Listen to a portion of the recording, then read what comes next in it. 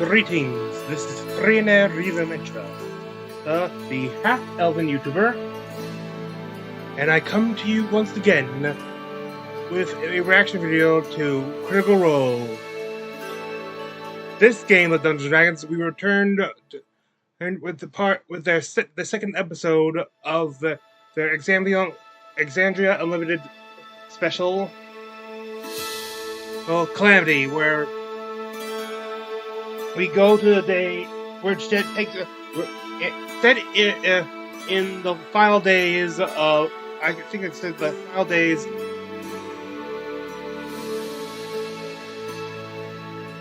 of the age of Arcanum. Sorry for any mispronunciations.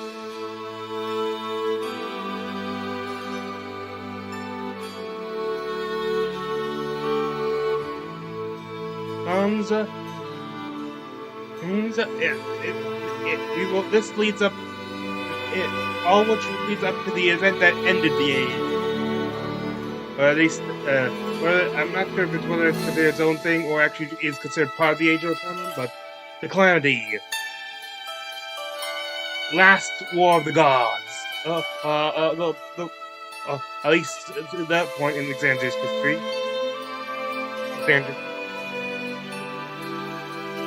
Now, I actually looked up the wiki to make sure I got the facts right.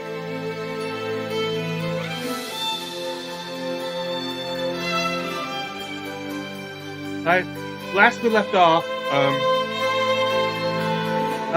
this is actually something from the Calamity. This image is actually of Ione facing down Theradoon, in which he gets he nearly gets destroyed, and even now, even though despite being God, carries a permanent wound.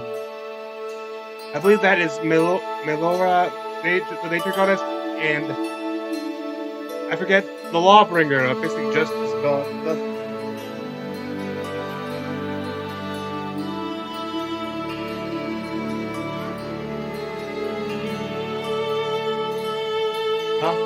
Let's see, and last we left off, Travis's character had discovered an invisible intruder in a room, which he dispatched. I have yet to memorize the names, so bear with me.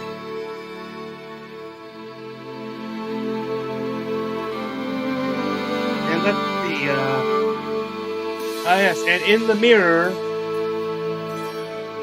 he beheld the image of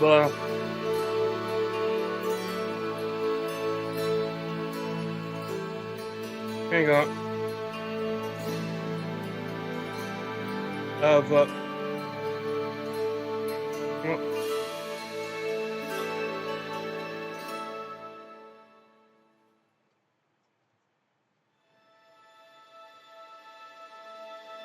really nothing on the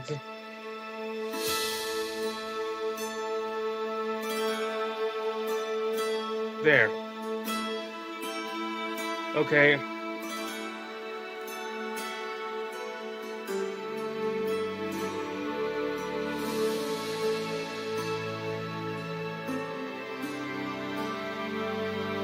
So Travis's character,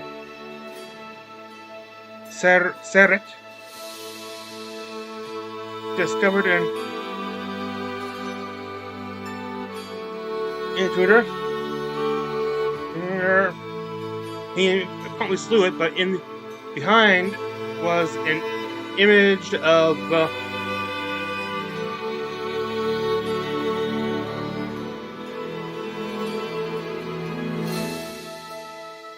Vespin Chorus.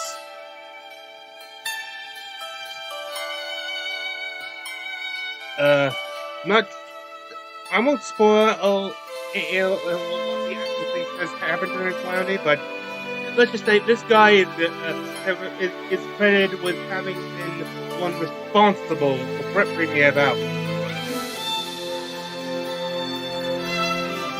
Okay?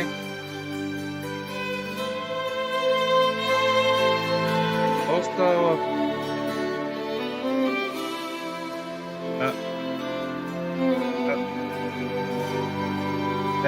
you can see on the screen. Though now I think that it'd be backward.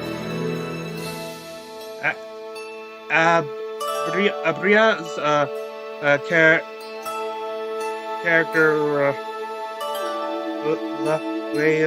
Lyrit is the thing,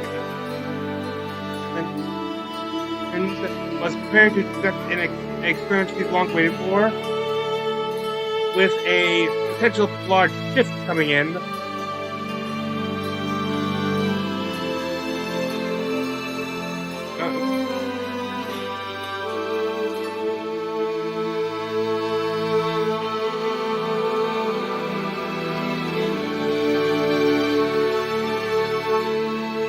Basically, it's going to be a shift, and this could actually alter shift the location of ley lines. And I'm pretty sure the city uses those for power and stuff. So while she's doing this, I have like a poll, trying to like create a poll or something for whether or not her experiment will actually cause the destruction of. Gotta find these names.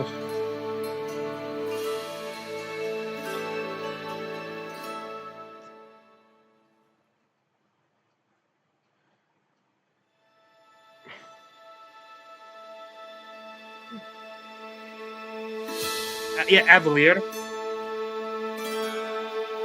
Basically, whether or not she, I'm not sure if her experiment will destroy Avalier, but I think her focusing on it instead of realizing, preparing the city is gonna be maybe its ruin.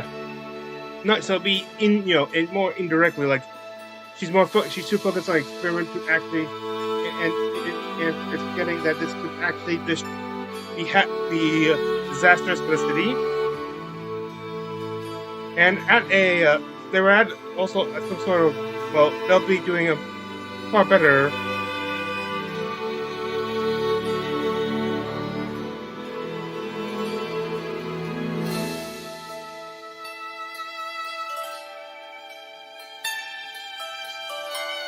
It's some sort of banquet or stuff, or ball or stuff, in which the champion of the Raven Queen, Hervoso, who, if you remember, was during the Calamity, he was the wielder of, I forget what it was, the one, the vestiges, Vac's vestige, basically. And this is his companion who appeared in the campaign, in campaign 1, Baldric. So yeah.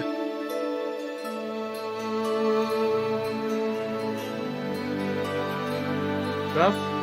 I think they did great job of trying to not only embarrass them or stuff, or like it's close religion, because these are basically, they're not, I wouldn't say atheists, but they know the fact that the gods exist, but they refuse worship. And basically kind of belittled the faith he is.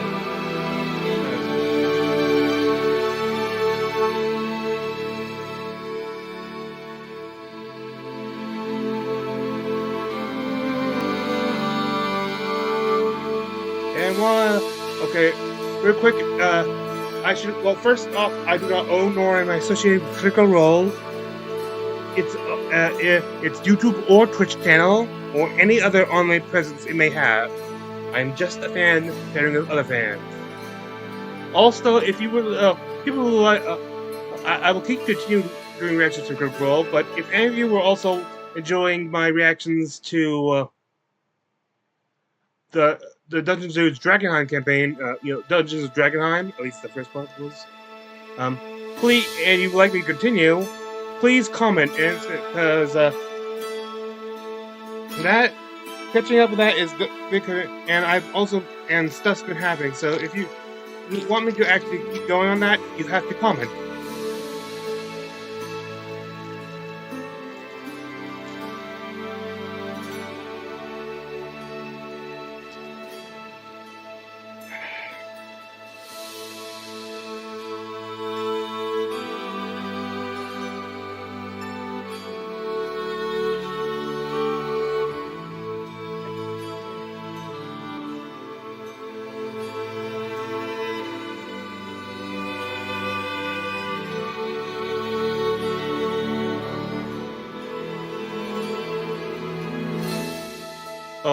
While we still have time, a quick rundown of the characters.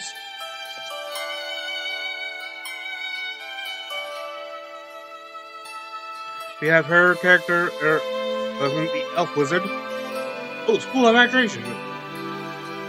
This is Zarek,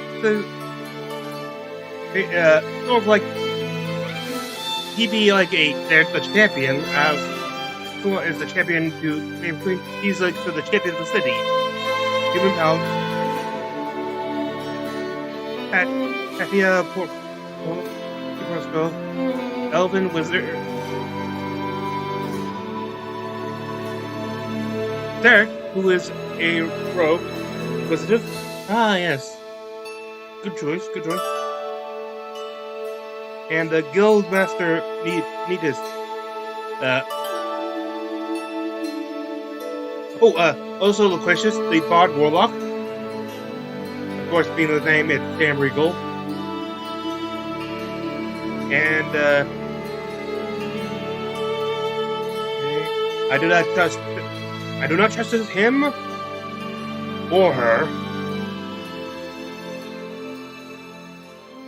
And now, let's get into tonight's episode of Critical Role. Hello and welcome to Exandria Unlimited Calamity. I'm your humble GM, Brennan Lee Mulligan. It's so wonderful to come back here for another episode of Calamity. Now, last week, I didn't talk very much at the top of the show. This week, I'm not going to make the same mistake. I'm going to talk a little bit longer and give Marisha time before I throw to her for some announcements. So...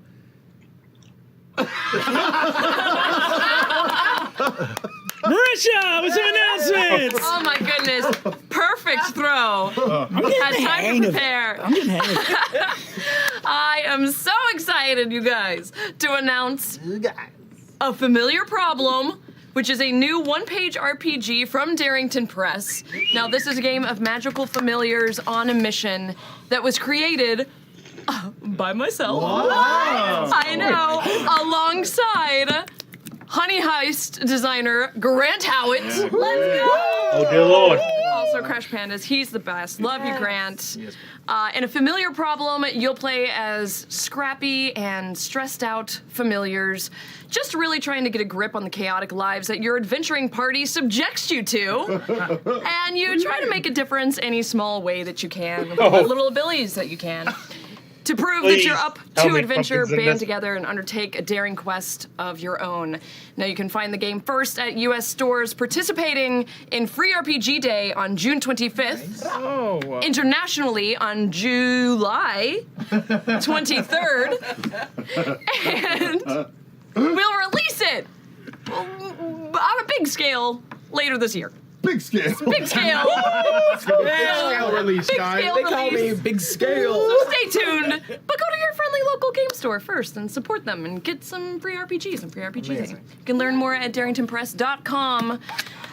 In addition... Oh, wait, there's more? Announcement number 2. Announcement number 2. Four-Sided Dive, you guys. It's back. Episode 3 airs this Tuesday, June 7th at 7 p.m. Pacific on Twitch and YouTube.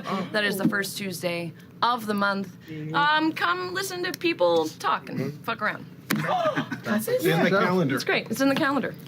Travis for the merch announcement. I gotta throw. You guys, it's 2022, which means we have a new Pride shirt. Hey. So come celebrate Pride with our new It's Love That Makes People t-shirt. Isn't that dandy? Oh, I should really hold it up. God, Laura's gonna kick my ass. Look at all the little dice and stuff. It's so cute. A portion of each of these sales go to our charity partners at Outright Action International, which is a nonprofit aimed at researching, documenting, defending, and advancing human rights for LGBTQIA plus people around the world. We love them. We've been working with them for years, and grab your new Pride shirt. Yay!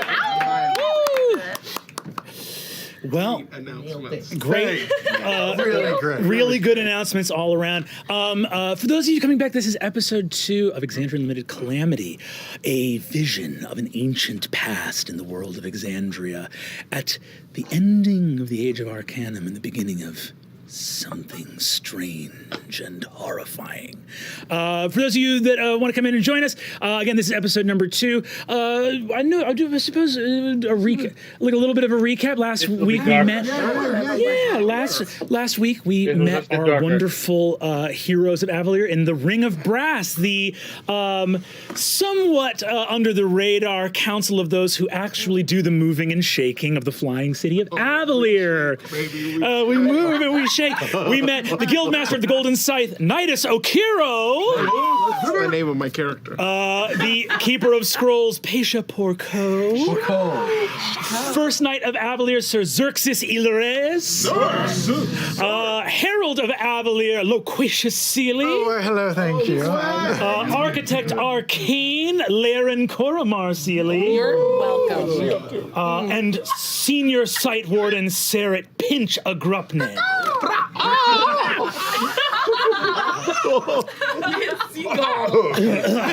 On the eve of the replenishment, which is the great holiday, once every 7 years, after a long 7-year venture, the city of Avalier, traveling along Exandria's many ley lines, returns back to Cathmoira, its terrestrial sister city, and realights as the peak of the mountain on its ancient base, where once it stood as a full mountain, and all of the magic that Avalier has stored up in its etheric net, all of the ether that the city has traded for and gathered and bartered for, is released into the continent of Dominus, where it creates a flourishing of crops and newfound magic and all sorts of wonders and replenishes the land.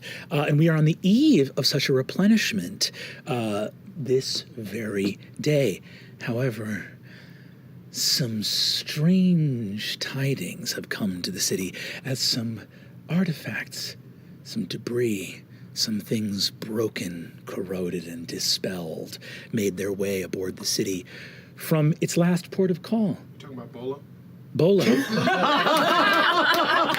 That's pretty rude, dude. Pretty rude. To call someone debris. If I get called debris, you are debris, my man. I don't think he's wrong. I don't mind. I don't mind.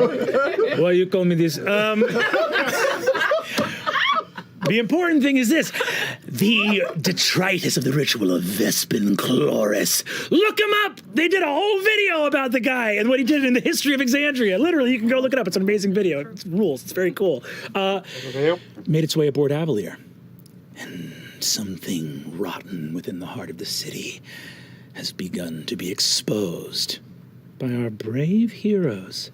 Only time will tell if they have caught it before it is too late. Without further ado, we return to Avalier and Exandria in tonight's episode of Critical Role.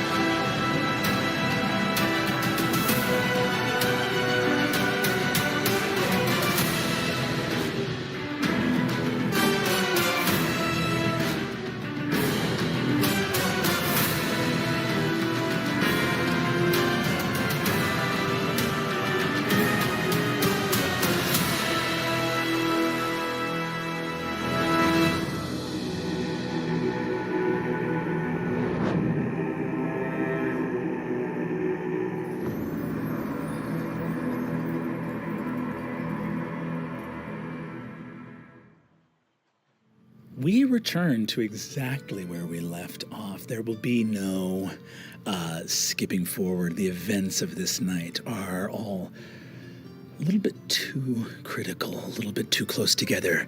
Important things happen in the span of a single breath here on the eve of the replenishment.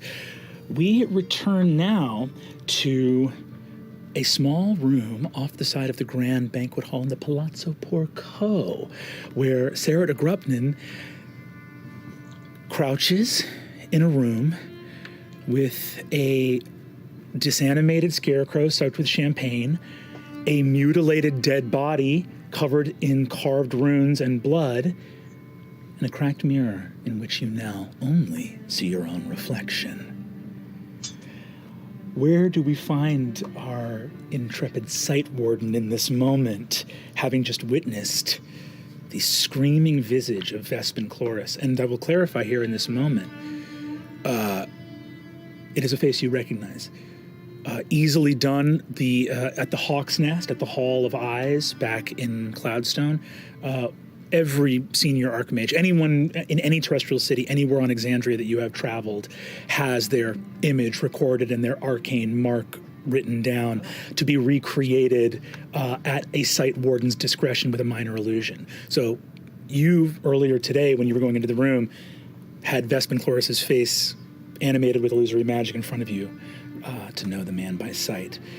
Although I cannot say that you recognized him well in the mirror, given that most of the skin of his face had been peeled off.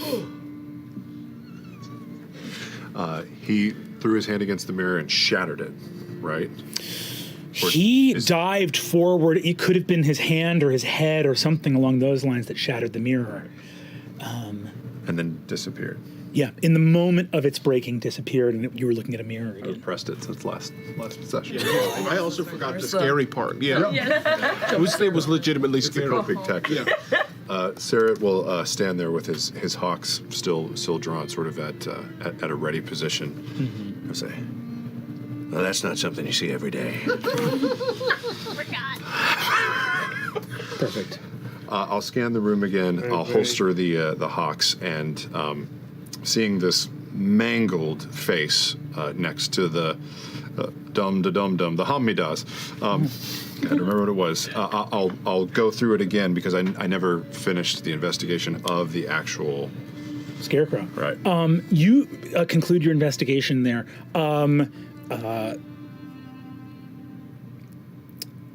You arrive at what you assume, normally in a construct there would be some animating thing, there'd be some glyph or some point of interaction where there would be, its heart, its engine, something central to kind of animate the thing.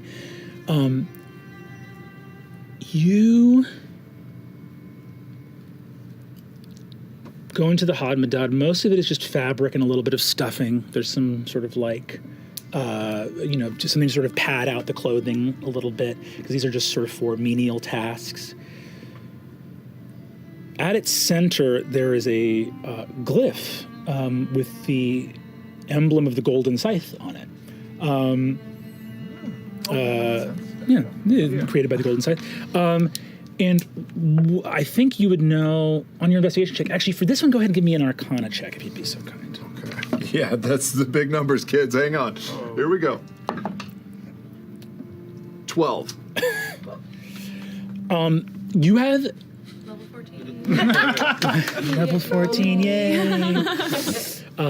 You, on a 12 is enough for you to know that you are disturbed by the lack of animating material within this Hadmadad.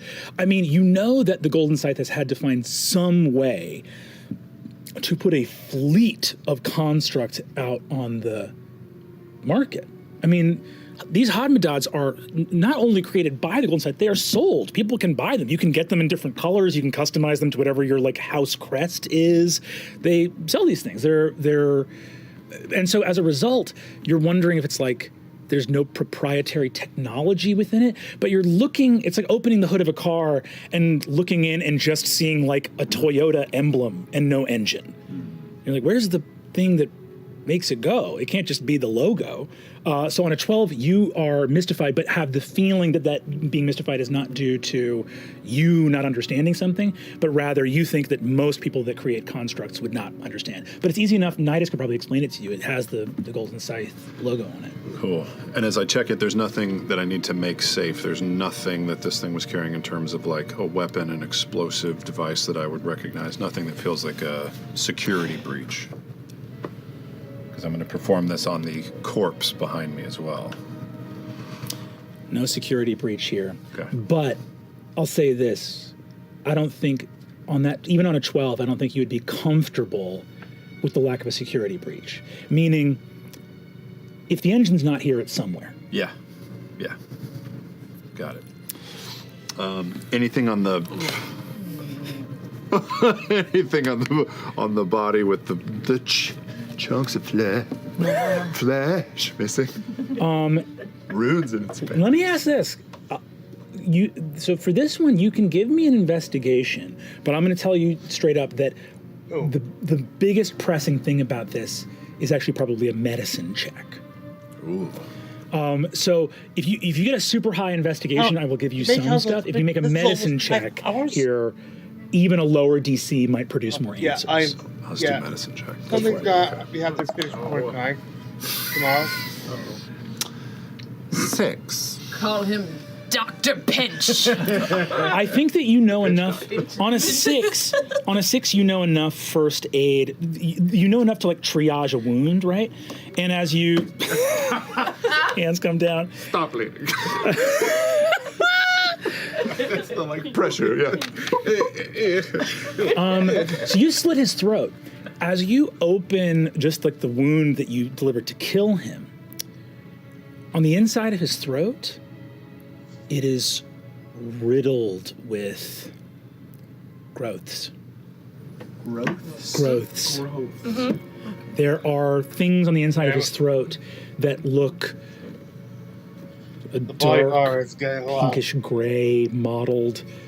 Amped up. You're not a doctor, you'd have no words for these, but things of flesh that are not supposed to be here are here. It looks like this being clearly was powerful enough to cast and hold concentration on an invisibility spell, but looking at this, there's like something inside this man's body that should not be here.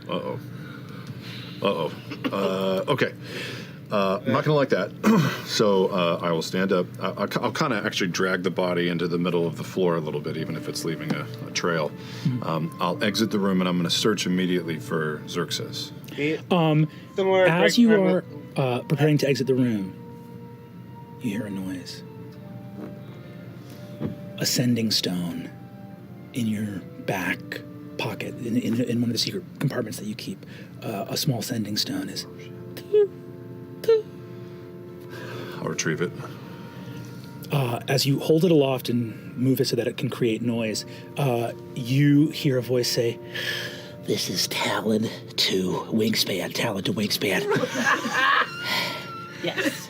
I am in position, and I am reporting that Egghead is preparing to break curfew and sneak out of the house to go to a party.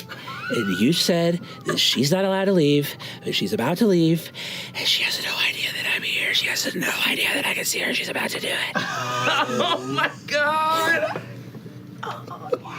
This is Carl. This is your son, Kier. Yeah. This is your son, Kier. He's using code names for you, himself, and your daughter that you have never heard before. They change a lot. The code names change a lot depending on what he thinks is cooler that week. And you are standing in a room with a dead body listening to your son describe your daughter about to head out to one of what have to presumably be many parties happening on the eve of the replenishment. Sure. Talon 2, this is Wingspan. Say again, this is Wingspan. Communication's a little shoddy. Wow. Did you say Egghead is snuck out? Affirmative. I see her. She snuck downstairs into the kitchen, and she got a bottle normally reserved for Wingspan and Clear Eye, and I saw her take a swig from it, and then she made a face like it was really bad, and then she took another swig from it, and then made a face like it was even worse. I don't know what it's about, but I know she's up to no good. This is very good, Talentu. Very good. No. You are in no way to engage with Egghead. She's dealing in dark magic. I knew it. Keep an eye. Keep your distance. I kind of look over my shoulder at the door in the room. I'll be home when I can. I love you very much. Is that, I love you too, Dad. Sorry, I thought we were still doing some. No, Talentu.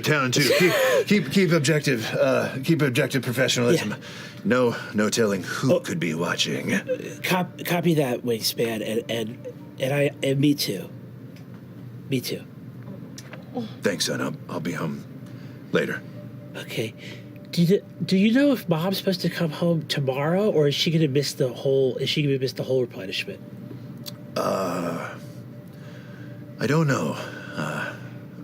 I don't know.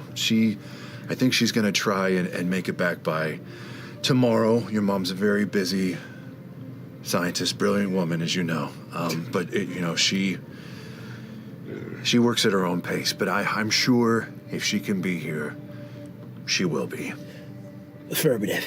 We'll keep an eye to the skies, Pop, and Wingspan, and I'll tail Egghead and make sure that no funny business. Okay, copy that, Talentu. Don't get again too close, and stay away from the evil dark magic liquor drinks that she's. Don't worry, Dad. I already collected a vial and I stored it in my evidence locker. Talentu, where would this evidence locker be located? The evidence locker is in a secret compartment under my bed. No, it's in a different place. Don't worry. Nothing else is under my bed. I have to go. I gotta go real quick, but I'll talk to you soon. All right, talk to you too, Talentu. Over and out. Over and out. It's actually just over. But, It's a snitch. And you're a big fan of that. Yeah, my son's loyal. You know who's loyal. Oh, yeah. That was so amazing. Oh my god. His kid is way cooler than my kid. That kid didn't get sucked into any portals. You know what I mean? So a sobering moment. A sobering moment. Yeah. However, you are back in the room and you are about to leave the door. I put the sending stone back in my pocket. Deep breath. Exit the door. Look for our first night. You exit. Paisha, out on the floor, you're still holding court. You see Sarah walking out towards the front entrance. And actually, I think I'll have both of you join, but we're going to wrap up what was happening outside as well. Outside the palazzo, we just had both of you interact with Coramar-Seelie before his vanishing in some movement of divine magic and vanishing from the city of Avalier. I wanted to give you guys one last shot each at an insight check against Pervon. Just to add some context, he told some pretty heavy stuff to you guys, but I just wanted to see if there's any last little thing we can glean. Yes. Well, I got a 24. But 16. But if I fail, I can add another D4 to it. On a 16, I think you recall the main thing that you recalled before that Xerxes recognized, which is the one thing that he was hinting at he would not say. Yep. The words betrayer gods never left his lips. I'm absolutely fixating on that. I think that on a 16 insight, because that dwells within your mind. Why does Xerxes think he didn't say it? Because he's scared. Because he's a coward. There is something you recognize in Pervon, that as different as he feels he is from the mages of Avalier, he actually shares in common with them. And I think Xerxes feels this way, both of some of the archmages of the Septarian and beyond, and also this champion of the gods. Some ability that the mind, the heart, the soul are in control of what is real. And that if you do not speak it, it will not be. But some things are, regardless of if you are afraid to name them. On a 24 insight, you've interviewed a lot of people, and Pervon told you a great deal. More knowing the fact that the prime deities cannot see what is unfolding is pretty profound in and of itself. But Pervon was also speaking very cryptically. And as a master interviewer, someone that's interviewed people a lot of times, I think that your insight into Pervon, right, and if he was holding on to anything else, I think on 24 insight, you don't think he was. Okay. In your experience, people that have actual secrets, people that are being really secretive, deflect. If they have something they don't want you to know, they start talking about something else. People that act cryptic are often concealing not information, but the lack thereof. And you think Pervon's carefully chosen words were not protecting dangerous knowledge, but were protecting pride. Something's going on, and he didn't know what it was and didn't have the ability to speak to it. That's at least from your experiences as a reporter, that when people are that guarded, it's often because they're in free fall as well. Okay.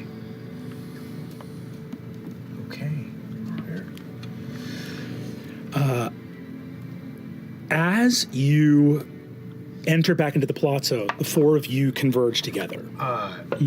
Based on what I just gathered, yeah, I know where Nidus went. Yeah. I'm going to come back and meet you here. I'm going to go get him. Now? And bring him, yes. Shouldn't we get as many of us together as possible first? So I'm going to go bring him. Where did he go? And I'm going to telepathically conjure Tempest. Tempest alights down here. Incredible. As Tempest alights, takes off with you into the air. I'll be back. Well, okay, I mean, all right.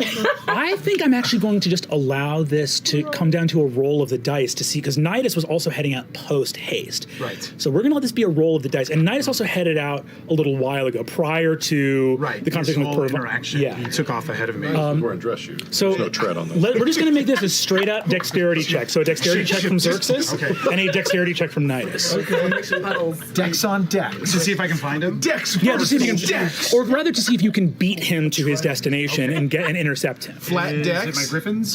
Dex check? Or movement? Oh, this is actually just your... actually, yeah, you can use Tempest, so you can use Tempest's dexterity if you prefer. Flat dex? Flat dex, that's it. Come on, baby. No. You got this. I don't want to get caught. You won. Let me see that boy. I got you. You got this. This guy. Oh, what did you get?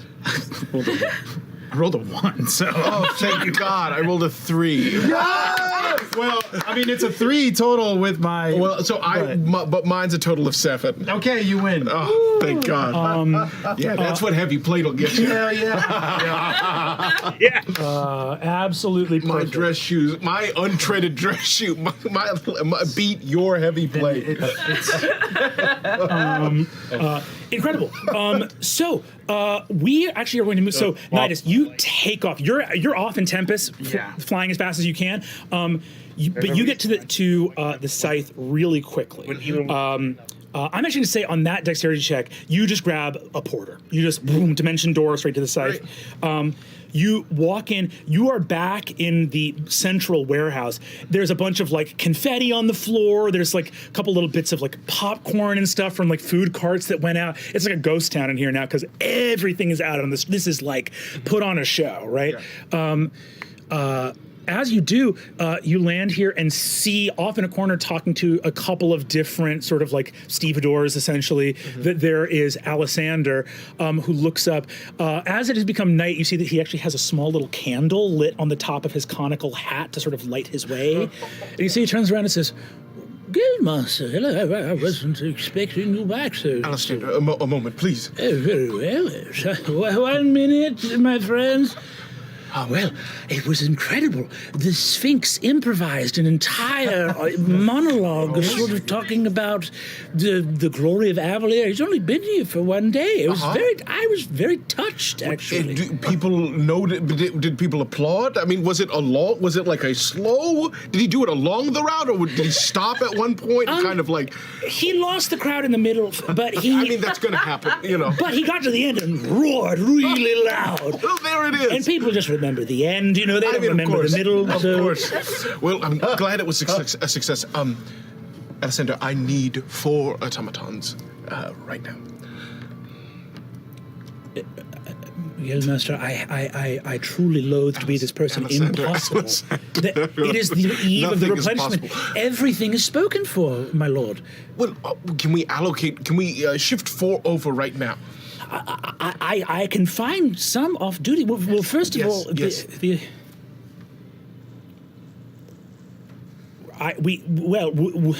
would Hodmadads do? Do I know if Hodmadads would do? No, this is quite complicated. Alessander, I appreciate the thought, but we need more. We need better. Alessander. Caroelks?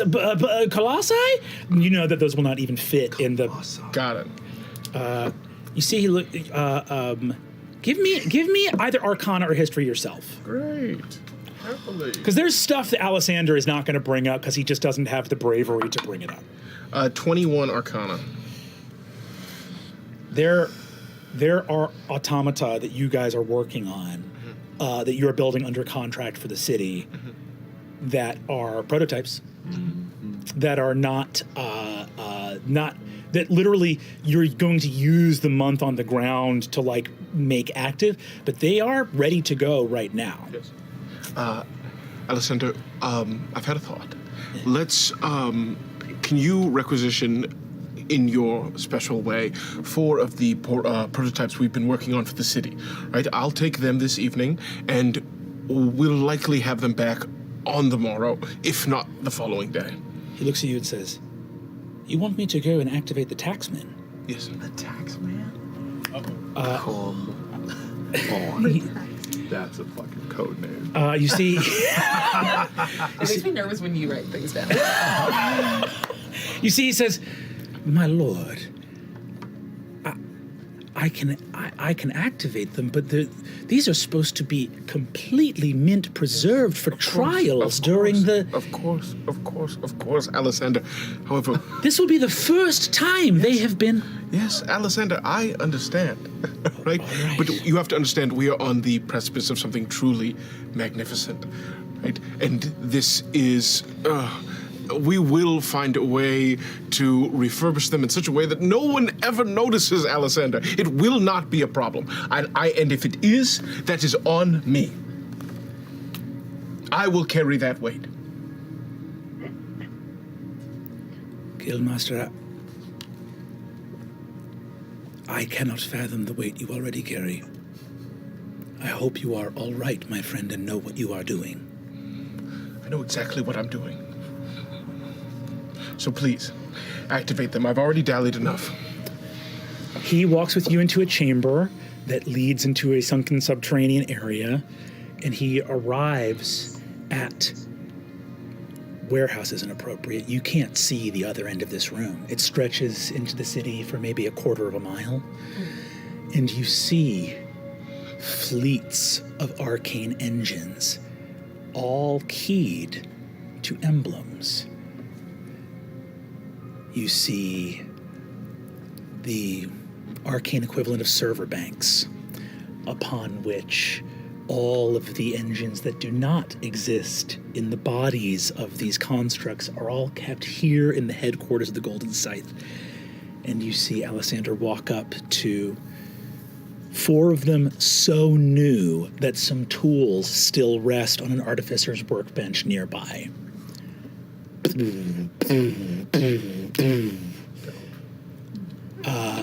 Quickly moving from the Chamber of Engines, you walk back up to an area of the warehouse, completely dark. Alessander, the candle on his hat lights, and you see, hulking at about 12 feet tall, massive steel constructs step up.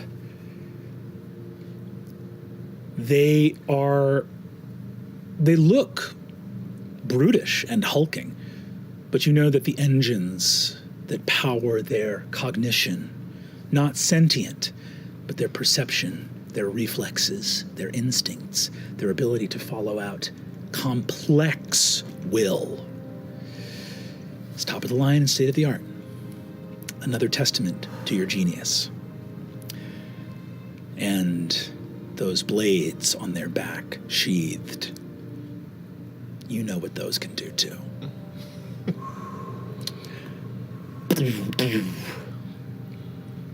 Guild Master, what is thy bidding, sire? What would be the quickest way to the Arcane Heart that doesn't involve me marching 4 12-foot automaton through the center of the city? You could pull a porter. A porter steps in, and Alessander looks up. This porter is it's young, thatch-haired girl. She's got the bellhop uniform on, looks up. See, Alessander looks at her as she walks the automatons and creates the gate for you to go down to the Meridian Labyrinth. And you see, he looks at you and casts the message cantrip in reference to this porter. Should I put the young porter on Archmage Porco's list of our friends with bad memory? Yes. She'll see to it. Y'all are evil. What are you talking? What are you talking? You don't know. You don't get it. You don't understand. You don't understand what we're working on, okay? I'm an innocent reporter. I'm an innocent reporter, goddammit. Cool. And you vanish into the Meridian Labyrinth. Back up. So, Xerxes, you are flying straight there right now, but we're actually going to jump back to the Palazzo real quick with Loquacious, Sarah, and Paisha all together. And then he just got on his Pegasus, or whatever it is called, and flew away. But anyway, this Pervon fellow seemed all sorts of out of sorts, and it seems to be pretty heavy, whatever's going on. What did you find?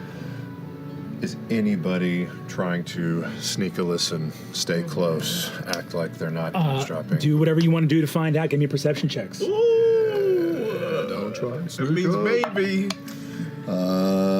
25. I would say that anybody trying to sneak up would have to be invisible, but even that wouldn't fucking work. So I think you might want to. I think that with that 25, you probably move the conversation back to the Ivy table. Mm-hmm. Okay. Yeah. Cool. I turn and I announce to the room, another round on the Porcos. You see, everyone cheers and laughs and makes merry. Hey, to the Porcos. You see the one guy who cheered earlier before us says, the Porcos, more like the party coos. Yes, yes. Throws another down the hatch. Love that guy. Great energy. So generous. Great energy. To not charge your guests for the round of drinks. The drunker they are, the less they'll notice. Sure. Let's go. So we get back to the table. And I'll say, guard your faces. Don't give anything away with your expressions. My face turns into your face. Oh, that's fucking cool. I steal myself.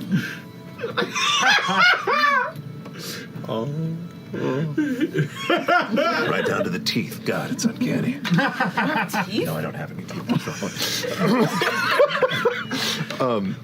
All that would be incisors, weird. big flat white teeth. All the way around. Just big ass molars and a beak. Breaking all the rules. I'm afraid the game is afoot. The rats are already inside the fucking. I went to go investigate the Hamidar that fell in the room. Yeah. As I was doing that, I became aware of an invisible force that was behind me. I spun and struck down an individual. He's sealed in the room. He was covered with runes carved into his body, pieces of his flesh. Killed missing. someone at Paisha's party? I did. There's no one important, okay? I wouldn't repeat that I'm mistake. sure his mother thought that he was important. Oh, look, gracious, it wouldn't be a first. As I was doing that, I spun and saw a figure in the mirror. I saw Vespin Chloris, or at least an augmented visage of him. And he turned and looked and said that we would never make the Wild Mother's embrace. The mirror shattered and he left. Now, I haven't had any fucking champagne tonight, before you ask. But I think this situation requires a higher level of our attention. He said we wouldn't make the Wild Mother's embrace, which you interpret to mean landfall, Yeah, horrible. which is in a few hours. Yes. So we've got Pervon, works for a god, says bad things are coming from bad gods soon. This man, Vespin Chloris, says we won't even make it to land. My ex-wife ran off to do something. Well, I see one clear way forward. We have to tell no one of this, do nothing. I will make the normal announcement as we get closer to the replenishment and make sure that everyone is happy and secure and feels like everything's normal, and we'll just sort of ignore it for now. You can tell people on your end and, work on it or whatever, do whatever research and investigating you have to do. But for now, we just make sure that everyone stays calm and do nothing. Do you agree? I am, to a sense, I do agree that panic never solves any problems. We should maintain a level of control of the population, but I don't like this many coincidences. Yeah. It's a decision that we all need to make together. Leyrin left. Xerxes also left. Leyrin took the bow, correct? Yes. And Nidus. Nidus is off doing his thing. I don't even know where he went. We need to I alert. think I know what Nidus is up to. If what you say is true, the fate of Avalier could lay in the hands of Leyrin. And as Paisha says that, we move deep underneath the Meridian Labyrinth.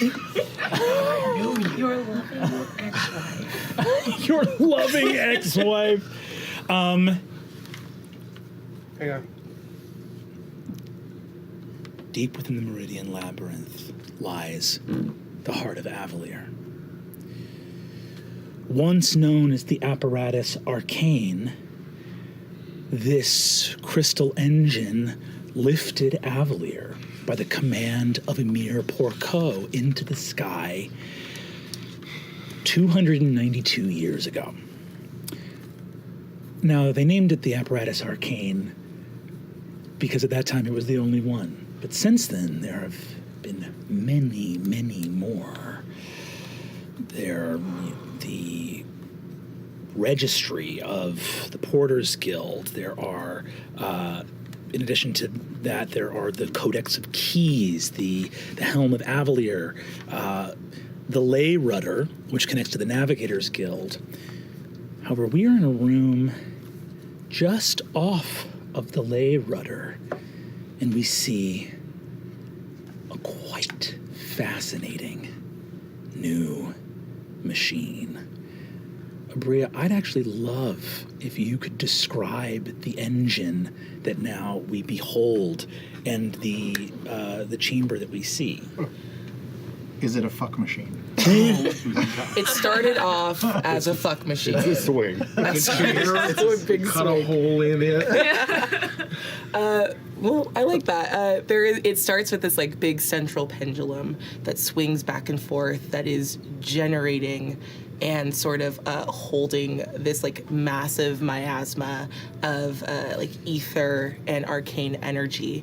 There's like a circle of batteries that I've requisitioned and built, and each of them glows with like a slightly different shade of green that are kind of feeding into this pendulum. And in the center underneath it is just this massive platform, and there are runes inscribed into it, but it seems like if you look really closely, you know, like when you draw on paper and there's like papers underneath and you can kind of see the imprint of other ones. She's been trying lots of different ones to try to figure out the right array to move in a new direction.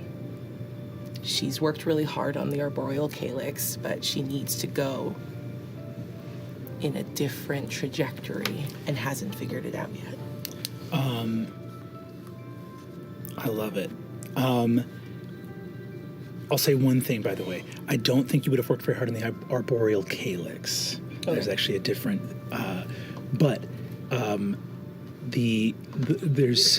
there's a the machine in front of you. So like this attaches to the Ley Rudder, which I think that you've done a tremendous amount of work on in order to make this machine possible. And I think also somewhere in this room, there is a small token, not something that is of mechanical significance. A small token of an old friend.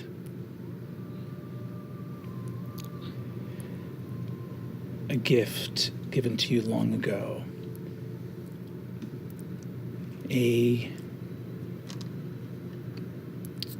locket, simple orb inscribed with runes, to be filled with something of safekeeping, to remind you that though long years could part you, that friendship would win out in the end.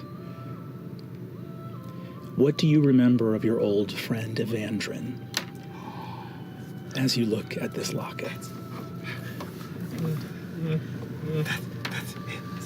Despite the like sort of suffusion of warm memories and good feelings that attended him handing me that locket, all she can remember is those last few days before everything broke bad, and the panic of not knowing how to help him and not knowing how responsible she was as he began to fade. So it's that like burst of joy and then the creeping guilt.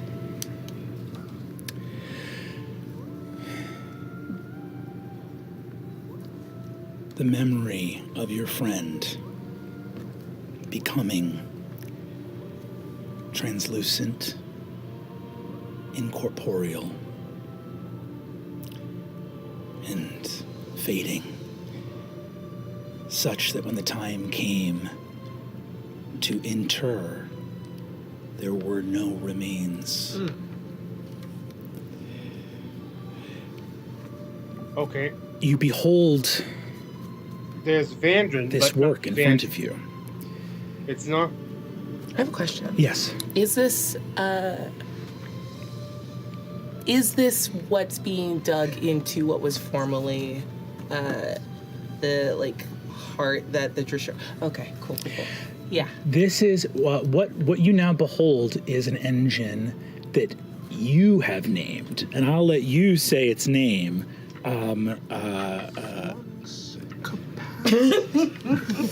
Flux capacitor. However, as you prepare this here, Dweomer is here with you. Callum is not. Callum is out working on a bunch of Eldritch battery stuff. There's a lot of work for the replenishment that needs to happen. But you hear approaching footsteps, some of them quite heavy. Well, this area that's kind of been dug into and dug out, there are a bunch of the like run-down automatons that I needed replacing. So the moment I hear footsteps, I'm going to cast Animate Objects on them and set them up as a guard behind me. These constructs come back into being, momentarily animated simply by the word of command from the city's architect, Arcane. They leap back to action. Literally, I think just you blast ether from a receptacle on your own wrist and give them the momentary life that their initial construction no longer can. And as they stand back up, you see Nidus Okira approach with automata you have never seen before. Your Eminence, I bring exactly what you asked for. Those are new. Yes. So much is being used in the name of the replenishment that I had to tap into a stock that we were waiting to reveal or start to release into the city upon rising again. But for you, an exception can always be made. Thank you. Dweomer looks to you on her unflinching, warforged face. Thanks, Hutton. Your Eminence, the automata present within the chamber do not bear the glyph of the Armor Arcane. Oh, interesting. Who made these? You guys did. Oh, we did, of course. The Golden Scythe. You bypassed entirely. Well, I wasn't going to let bureaucracy slow us down. Incredible. I have several questions about what their purpose is. They're so big. This can all. What are the blades on the back for? This can all be discussed later. Understood. Sure. Is it possible? Is it going to happen? Do you have everything you need? I mean, you said it while you were leaving, and I couldn't. Do you actually have all that you require? I think just with a quick flash, I'm gonna drop Rary's telepathic bond. Yes. If only. And I go and run and grab the papers. There's tonight, in the next day. This is my best chance. Yes, you spoke about that earlier. So it has to be now. This comes every 120 years. I might be alive to see the next chance at this, but they won't. Evandrin wouldn't have lived to see it. I don't think Quay would have either. So it has to be now. I have to prove that it was worth it. Yes.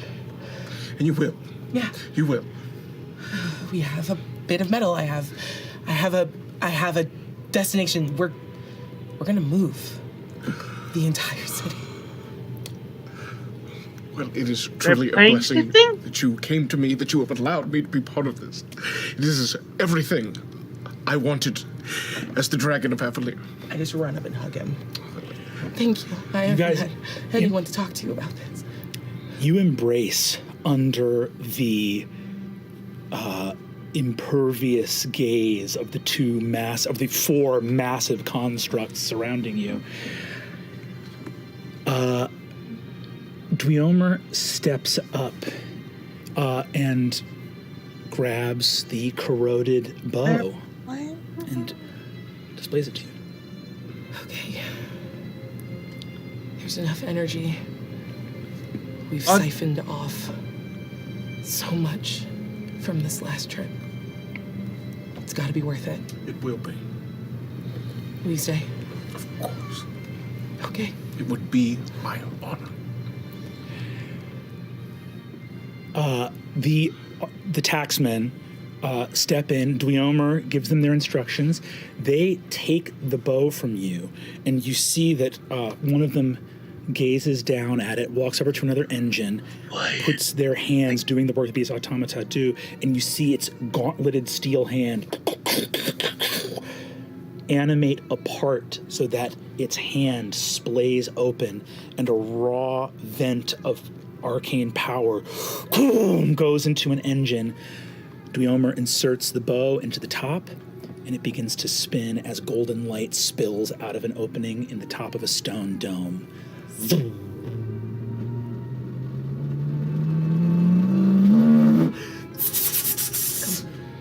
The corrosion peels off the bow.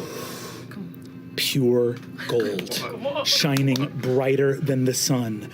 You see that one of the taxmen, its chest begins to sort of like come apart, and another taxman just steps up and grasps its shoulders from behind, and it begins to like fuse into its brethren in front of it. As the engine speeds up, Dweomer steps over to you and rushes towards the engine in the center of the room. Uh-oh. The astral Layrite. What? She begins to interact. She begins to interact with glyphs, and you see in a corner a tiny model of the lay rudder, a just ever so small recreation of the machine in the anterior chamber. And above the engine, you see light fills the chamber. Dweomer says, Architect Arcane, we are reading a signature. 0.504, 0.508, 0.512, 0.516, 0.530, 0.548. And you see that the lay rudder in your hand surrounds you. Light, energy. One of the three ley lines that converges on ancient Toramunda, on Kathmoira, which you were an hour or two away from being directly over. Ley lines are invisible. It's pure energy of Exandria that flows, the veins of magic, the stuff of creation. Nidus, you behold as the spirit itself of the world is rendered visible, and realize you are standing in the bloodstream of the cosmos. I think Nidus just hands, tears falling down his face. It's beautiful! It's truly incredible! I'm gonna move my arcane ward over him in that moment. The dream of a cabin boy deckhand taken aboard a pirate ship to look at a flying city and to say, one day, I could be at the helm of a great working of magic. You watch the beating heart of your world flow magically through this room. And as the bow finishes spinning, a rod of pure gold slides into the light, and the stone dome closes. The spinning stops, and the engine pulses, mirroring the heartbeat of your world. Silvery white light with a feeling of warmth, heartbeat that matches the feeling of being inside the cradle of life. The miniature lay rudder in your hand, the engine of the anterior chamber just outside that the navigators use to pilot the city around Exandria. Small little gem lights up on its exterior, and the new engine that you have created, the astral Layrite, mirrors that gem. Mediocre mind that tries to replicate what's already been. We're going to go somewhere new now. Yes. All of us. Yes. As you say that, Laren, you feel the miniature model in your hand lift off and begin to travel. It's traveling in the same direction as your city. And as it travels, you see 2 more gems light up on the lay right. And another 2, and then 4 more. And the trajectory of the lay rudder, your little miniature train, this nothing more than a toy, really, stops moving sideways. It moves up at a diagonal. But what a strange diagonal. And as it moves, it becomes translucent and fades, vanishing from this plane. And you see the gems on the lay right. Beep, beep. And a signal of recognition. Somewhere beyond this realm, your toy is safe and in one piece.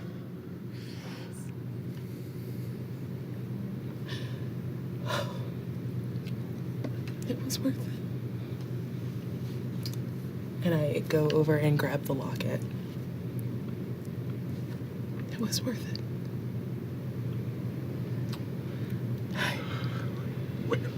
I'm speechless. I mean, my role is concluded. I mean, you are our pilot now. I mean, whatever you need, when you're ready to share this with everyone, I mean, the fact that this is coming with the replenishment, it's all perfect. It's just perfect. We can finish the replenishment as expected. Yes. And during the celebrations, during that month, we'll take care of all the business. Of course. And then we will tell them that the next departure will not be across Exandria, but to new planes. Anywhere we want to go. Everywhere. I've got a feeling. I can see it now. Fuck. Okay, hold on. That's probably fine. Okay, that's normal. Yeah. I got down here, so. Dweomer looks. You just used up about 8% of the city's energy sending that toy extraplanar. And as you look at the readings, this is a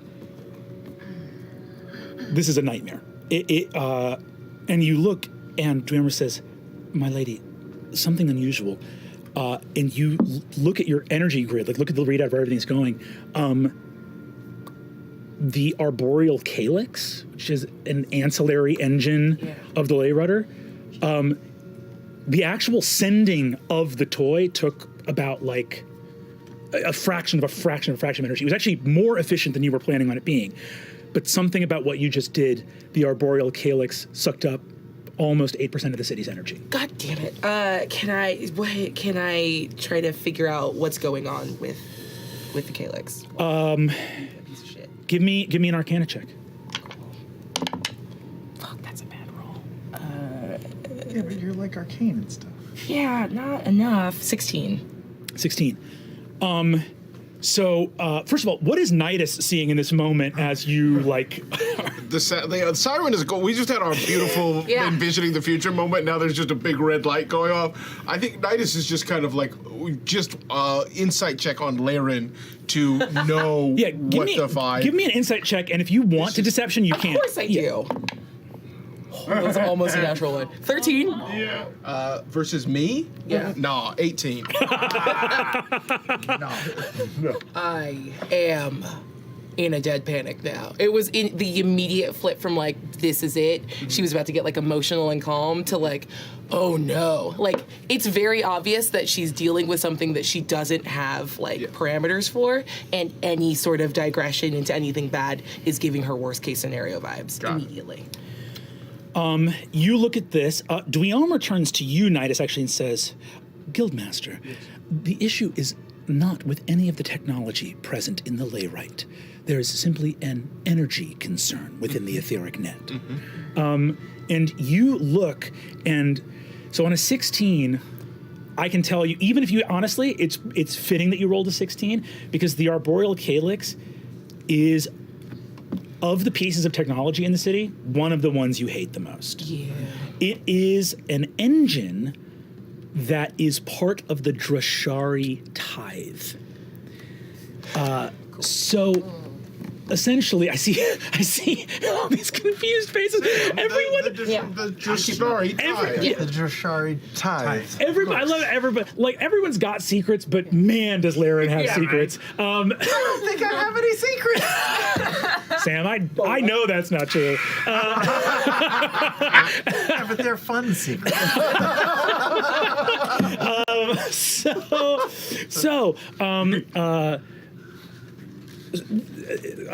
On a 16, here's what you know, right? The replenishment.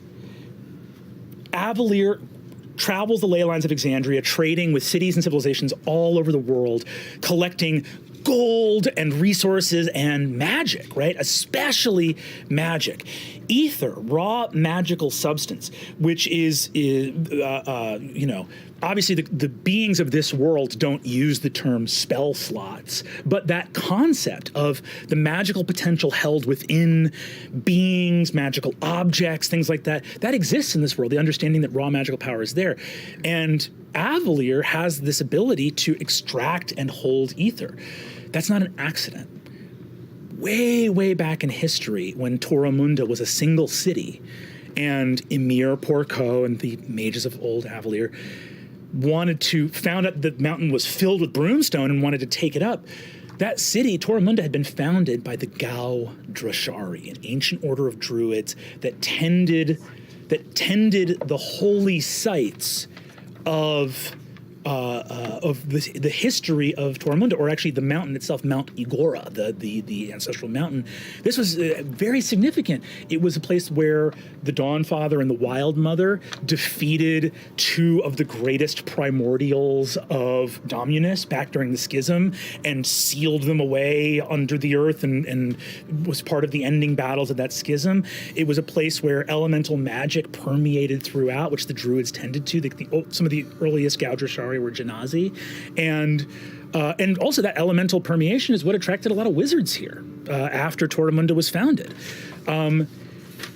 When the wizards came and said, hey, can we take the top half of this mountain and have a cool flying city, the original Druids were like, no, you may not.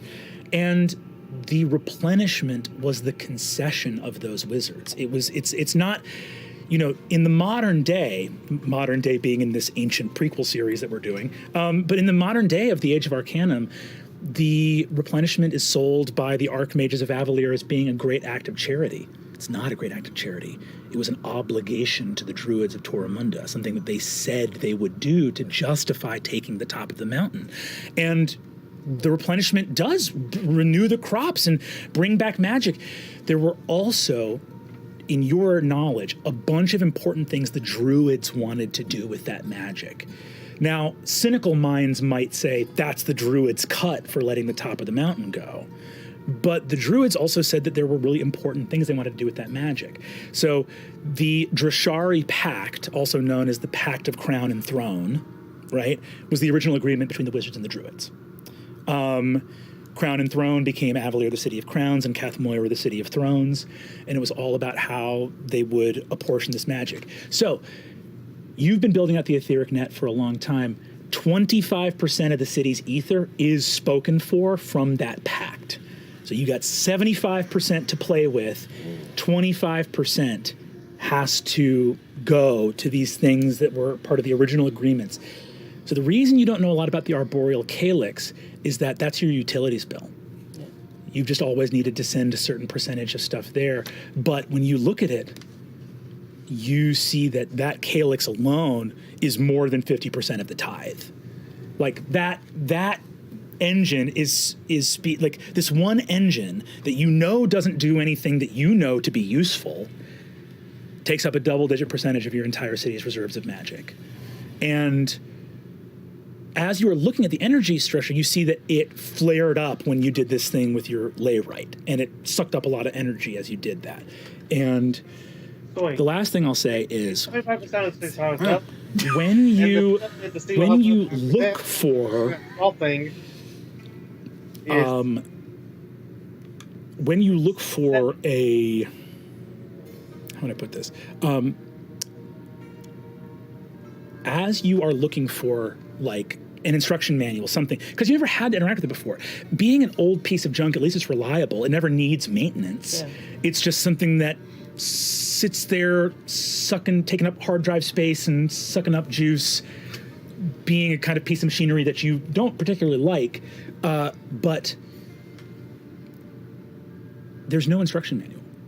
Like you're looking through your own like spell book, your like records preserved here in like crystal memory within your engines, and everything built by mages comes with incredibly explicit and precise detail about what they were thinking, why they built it, what they wanted it to do. And this one says, this is the amount of energy that you must apportion to the arboreal calyx during the replenishment. End of list. Okay. I would like to pinch whatever, like, cable is running to the calyx. Is there any way for me to, like, bottleneck that? Like, I just don't want it to take any more of my precious energy. And that might be a bad thing, but I don't know. It's old technology, and it's probably fine. Give me another, Arcana check. Makes me matter. Can I give the help action? Will you allow that? Yeah, you're proficient in Arcana. Oh, thank God. That was a natural one. Okay. 27. Incredible. Thank you so much. You just see that she's fully panicking right now. I think I just come and lay a gentle hand on your shoulder. On a 27 Arcana check, yeah, there's stuff you could do here. It's not as simple as pinching a cable. This thing is really tapped into the roots of the city. You also know that the lack of a manual.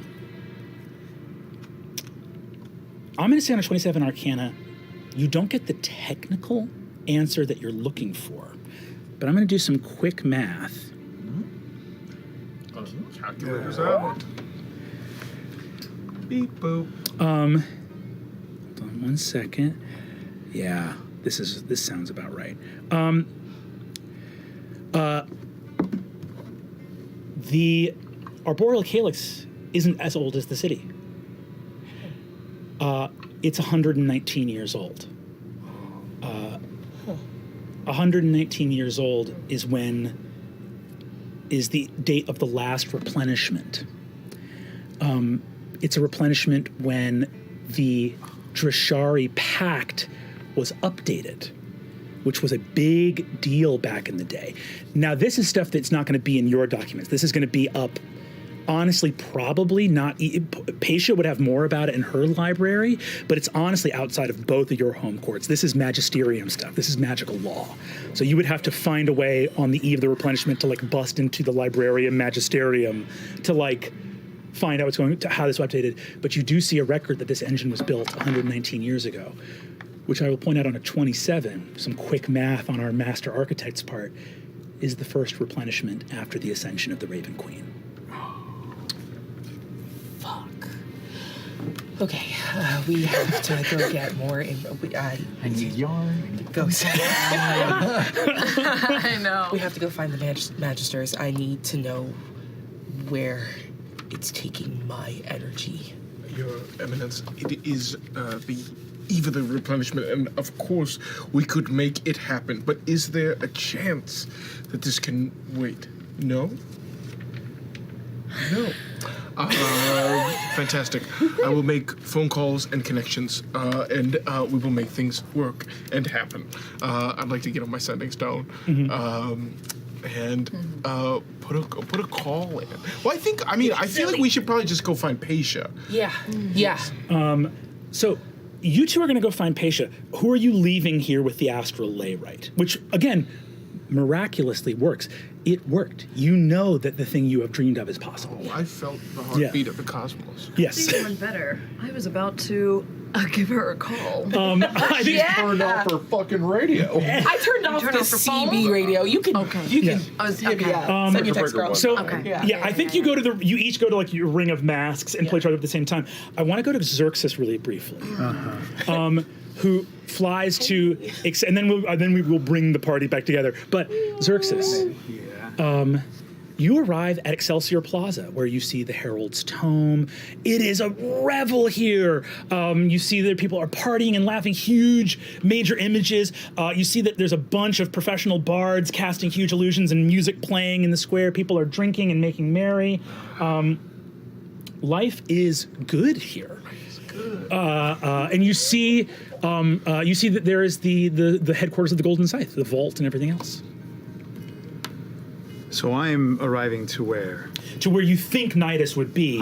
I'll say you just walk in and see Alessander Kairos there, who you recognize as one of Nidus's most trusted. And you see he goes, Oh, Sir Illuray, it's a pleasure to see you. Yes, pleasure. Where's Nidus? I need to speak to him right away.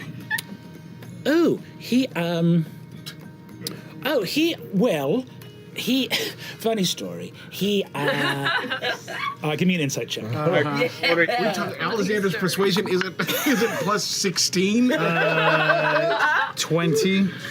What if his little light is lit up though? Yeah, exactly. His little candle. Yeah, his little head candle. Look over here. You watch a man whose whole job is keeping account ledgers feel suddenly very frightened. Not of you doing anything, but you know the look people give when they feel like they're about to be in trouble. Yes. And he goes like, Well, it's very funny, you know, the guild. I completely encroach in his space, Yeah. and I put my hand on his shoulder, and I give a gentle tap, actually. Yeah. And I say, my friend, there's no time for this. It's urgent business. The first knight of Avalier is asking you, where's Nidus?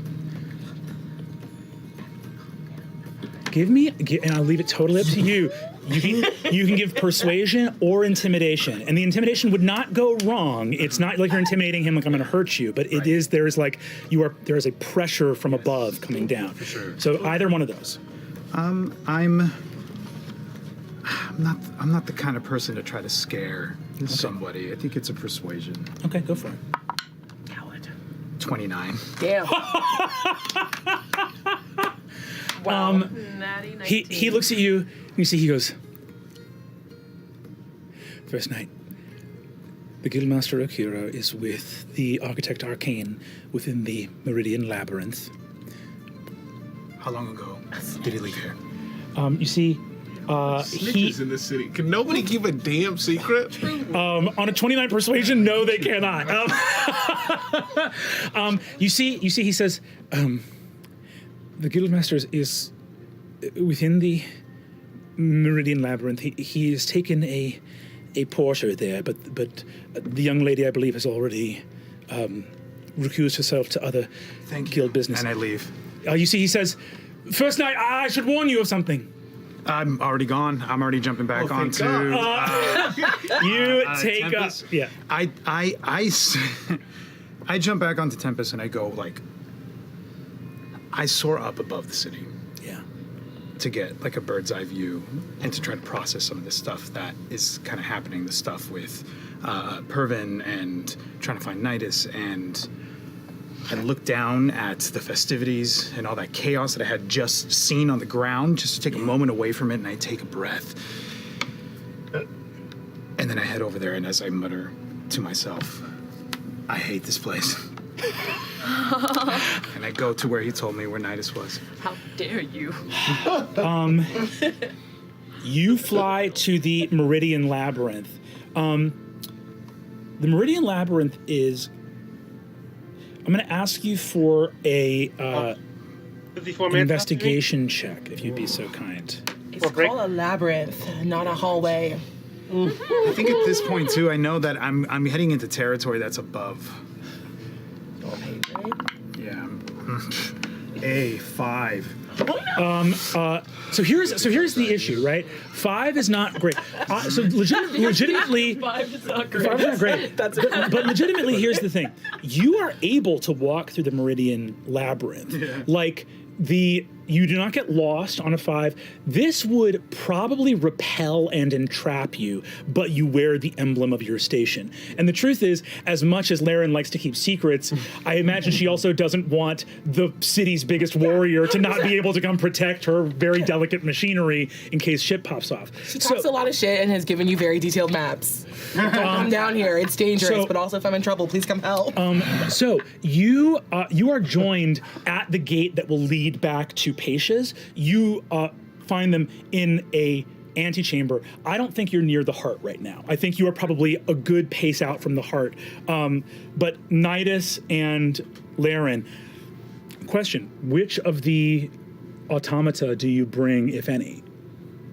Or do you leave them to safeguard or continue working in the heart? I want to leave everything up here. If Dweomer is capable of, then of course. I trust her. You turn to leave and see the silvery Aormaton nod farewell and look up as these 4 massive steely constructs without any facial movement gaze down at her. She says, "All will be well.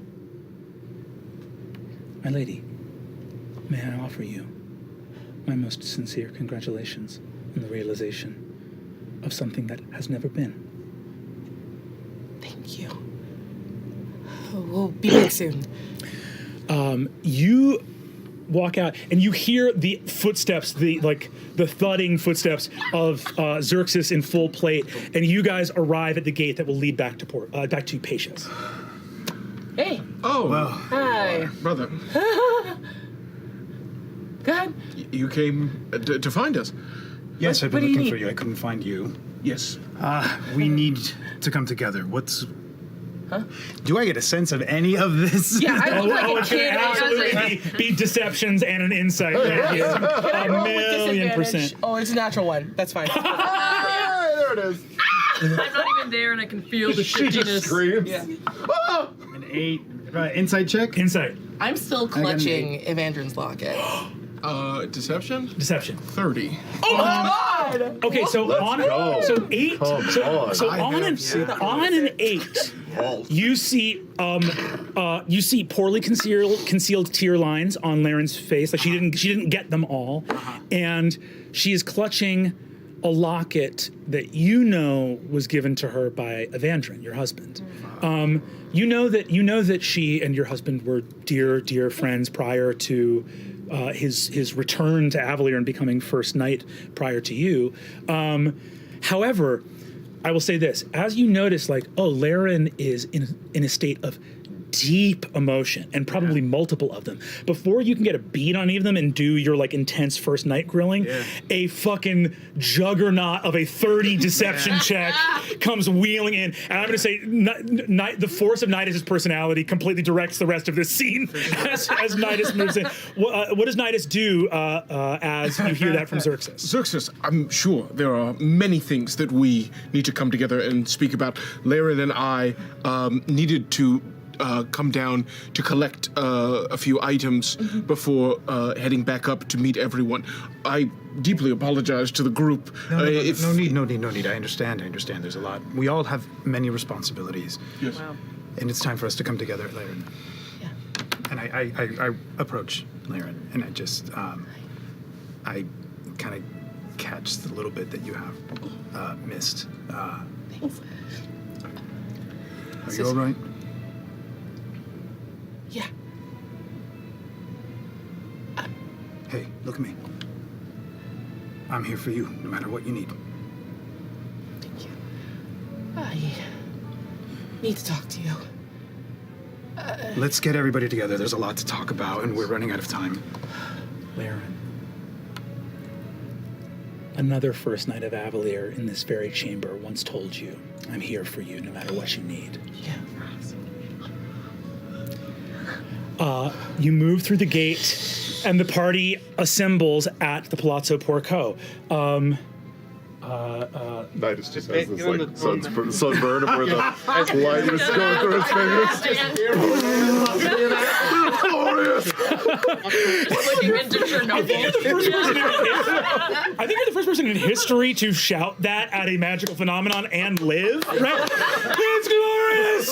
Oh, I'm totally fine. Okay, great. Good. It's funny because I did like as you were describing, I was like, oh, it doesn't seem like it would be that loud. Like, but it's funny because then you realize in all those scenes it probably isn't that loud. Yeah. We hear musical score, but for them it's probably just like, oh shit, it's bright. It's so bright. Yeah, exactly. Everyone's just yelling because it's like, oh, the visual is loud. Yeah, you're shouting over your own soundtrack. Yeah, exactly. Yeah. Incredible. You arrive back now. So, question to Pesha: Yes. do you think you would go to the Ivy table, or are you like the party's still very much going on? I would say, as a time check for all of you, it's probably about 10 p.m. right now, right? So you know, you're still not even over Kath Moira yet. There's time to do stuff, but like traveling and doing stuff and talking and all this has taken a little bit of time, right? Do you think you go to the Ivy table, or are you joining somewhere more private? Yes, I think at this point it has escalated, and I want something even more secret, private. So I kind of like question to you as well, DM. When the 8% of energy was sucked to teleport a little toy boat to another dimension. Rude. I don't like the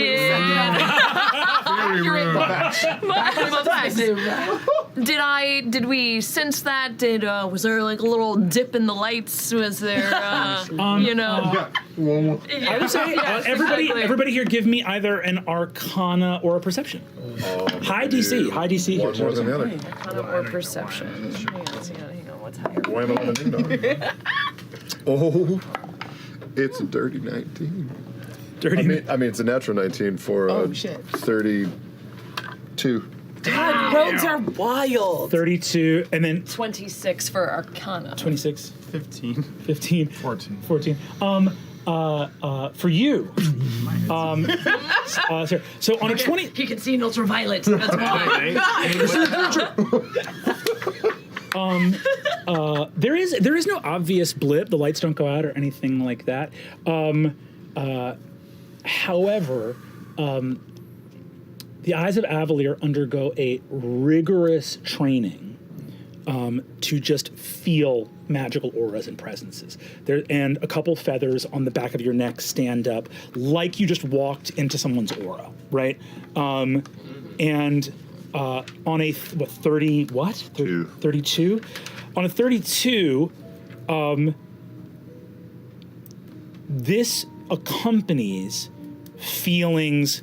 This is the exact feeling you get when the city arrives at the intersection of two or more ley lines and switches directions. Which you know you're coming up on an intersection, but it's like it's not yet. So it's the feel of a big spell engine kicking up hits you, and you don't know what that could be. Another event in a long list of things that are a little fucked tonight. Somebody's salty. I'm just saying. Do you want a cracker? You want a cracker? Oh no! Oh my God. Excuse me. Do you have a question? Have we moved into the double Ivy room, or where? As we walk up, I kind of flick my fingers a little bit and trace a little arcane symbol, and you see the lights dim a little bit in the foyer, and some colored lights start to fill the room, and like dancing spectral, almost like fireflies, and a wonderful dancing water show starts happening kind of in the middle from the gardens, once again further to just put on a show to get people to look over there. Yes. Love it. Nice. As we slink away once everybody I can sense that there's no eyes really tracking us. Yes, truly, you have ensorcelled everybody here. The show is so captivating. You all adjourn to the Ivy table with everyone totally enamored of the spectacle of the evening. You have safety, security, and silence and are reunited. Leyrin. We did it. We did it. The astral layrite is up, it's functional, and it works. It works. Truly, it's You saw this. magnificent. With your own eyes, you saw this. What's that thing? This is the first I've heard of this. Yeah. What's that thing? Yes, what is this? Oh God, where to begin? And can we move things along? It's 10, and the beverage ball starts in about a half an hour, and it's something that I'd really like to get to. It's you don't go to the beverage ball? Oh, it's In my early days, yes. some of the sort of elite mages get together and they surprise each other. They turn, they bring chalices that have all been enchanted, and they can all turn one liquid into another liquid, and they just sort of trade them and surprise each other with what drink is it going to be? Is it going to be mayonnaise? I'm Or is it trying to tell you that I've mastered interplanar travel for our entire city, and you're gonna talk about a fucking juice bar? I can be late.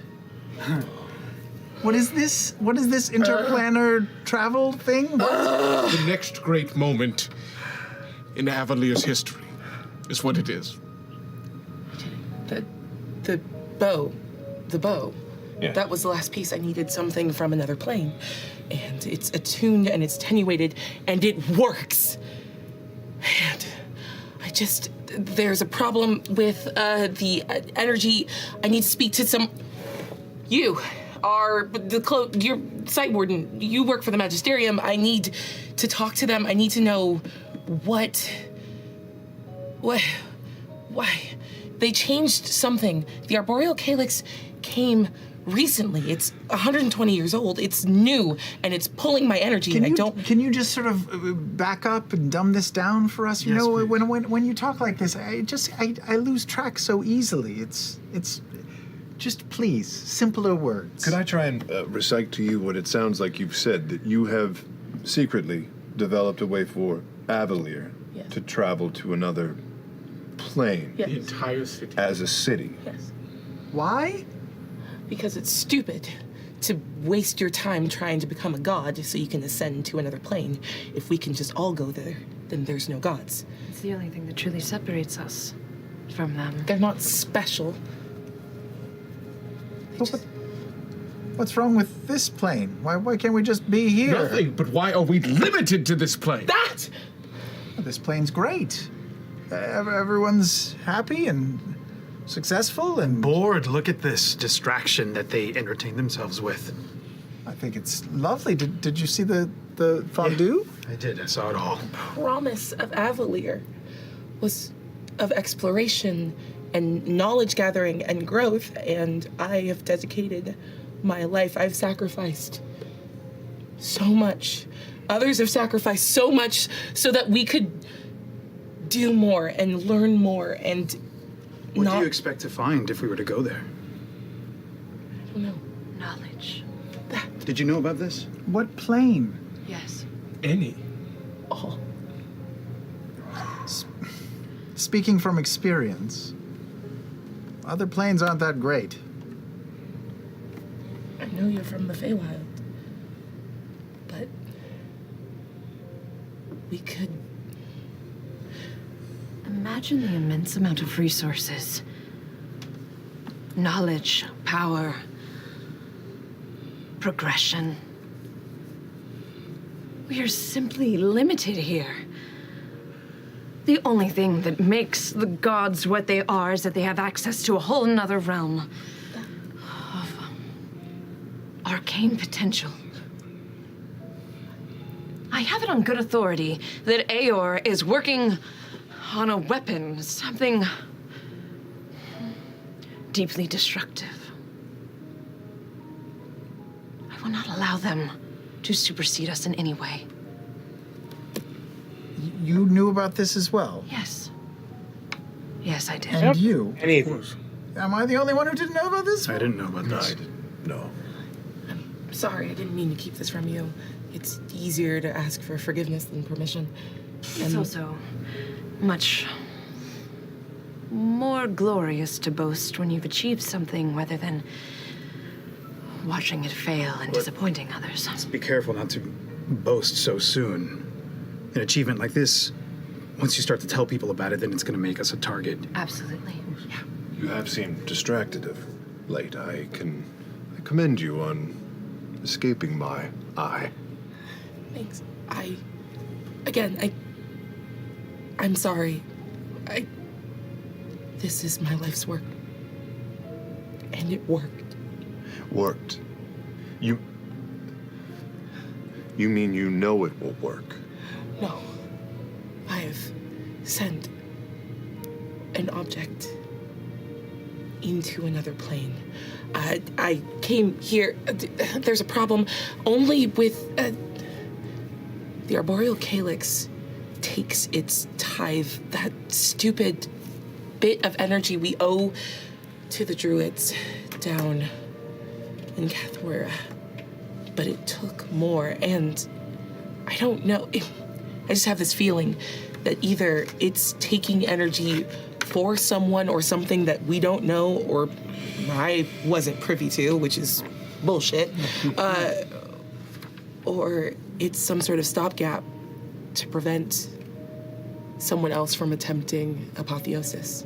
Medjugorje was quite loyal to their long withstanding handshakes for people who are long gone. Yeah. Shuffled off of this plane. What good is loyalty to a dead person? This can't be a coincidence. We need to catch you up. What, did I miss something? Too many coincidences. Lots of them, yes. I felt something, an arcane pulse. It's not my thing. But Vespin Chloris, the archmage who disappeared in Vasselheim, he presented himself to me in a private room through a mirror and said that we would not make it to the Wild Mother's embrace.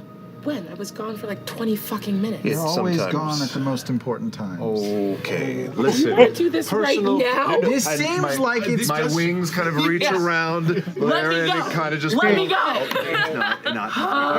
All I'm saying is, you're so focused on your own thing, as magnificent and monumental as it might be, but there's something going on in the city right now that actually matters to people, and you're just concerned with your invention, again, whether it works or not. I go over and I pull a goblet off of the shelf behind a little mini bar in this room, and I walk over and I say, "Here, it makes whatever cocktail you want." I'm gonna kill him. Moira Cosmo. I understand. Perhaps before we do that, though, Fully kill him. I'm going to need help in connecting the dots. Yes, I'm yes. a bit concerned that this was able to succeed. Congratulations. Thank you. Congratulations. But the timing of it, mixed with our approach, and Vespin making himself known, Wait. does that not strike any of you as... No, that's horrifying. I thought he didn't exist anymore. And the warning that came with the Matron of Raven's champion. Oh, the guy with the dog? Yeah. Vaughn. It was a wolf. He was like, "Ooh, bad things are coming. Ah, your Not just bad naivete. things. Ah." Yeah, not just bad things, bad worst god things. things. And your dreams. We cannot forget that as well. Who else knows of your accomplishment? Who else knows of your secret project? Yeah, who else have you told besides me and us? We truly meant no disrespect. You are the literal mouthpiece of the city. I can And you keep a can barely secret. keep your dick in your pants. I'm not convinced you were gonna keep a world-changing technological achievement. You have no fucking idea. secret. You have no idea what secrets I've kept. For you. Sure. Be vague, and I'll just be faker. We have other things to do right now. Sam, I'd like a deception check.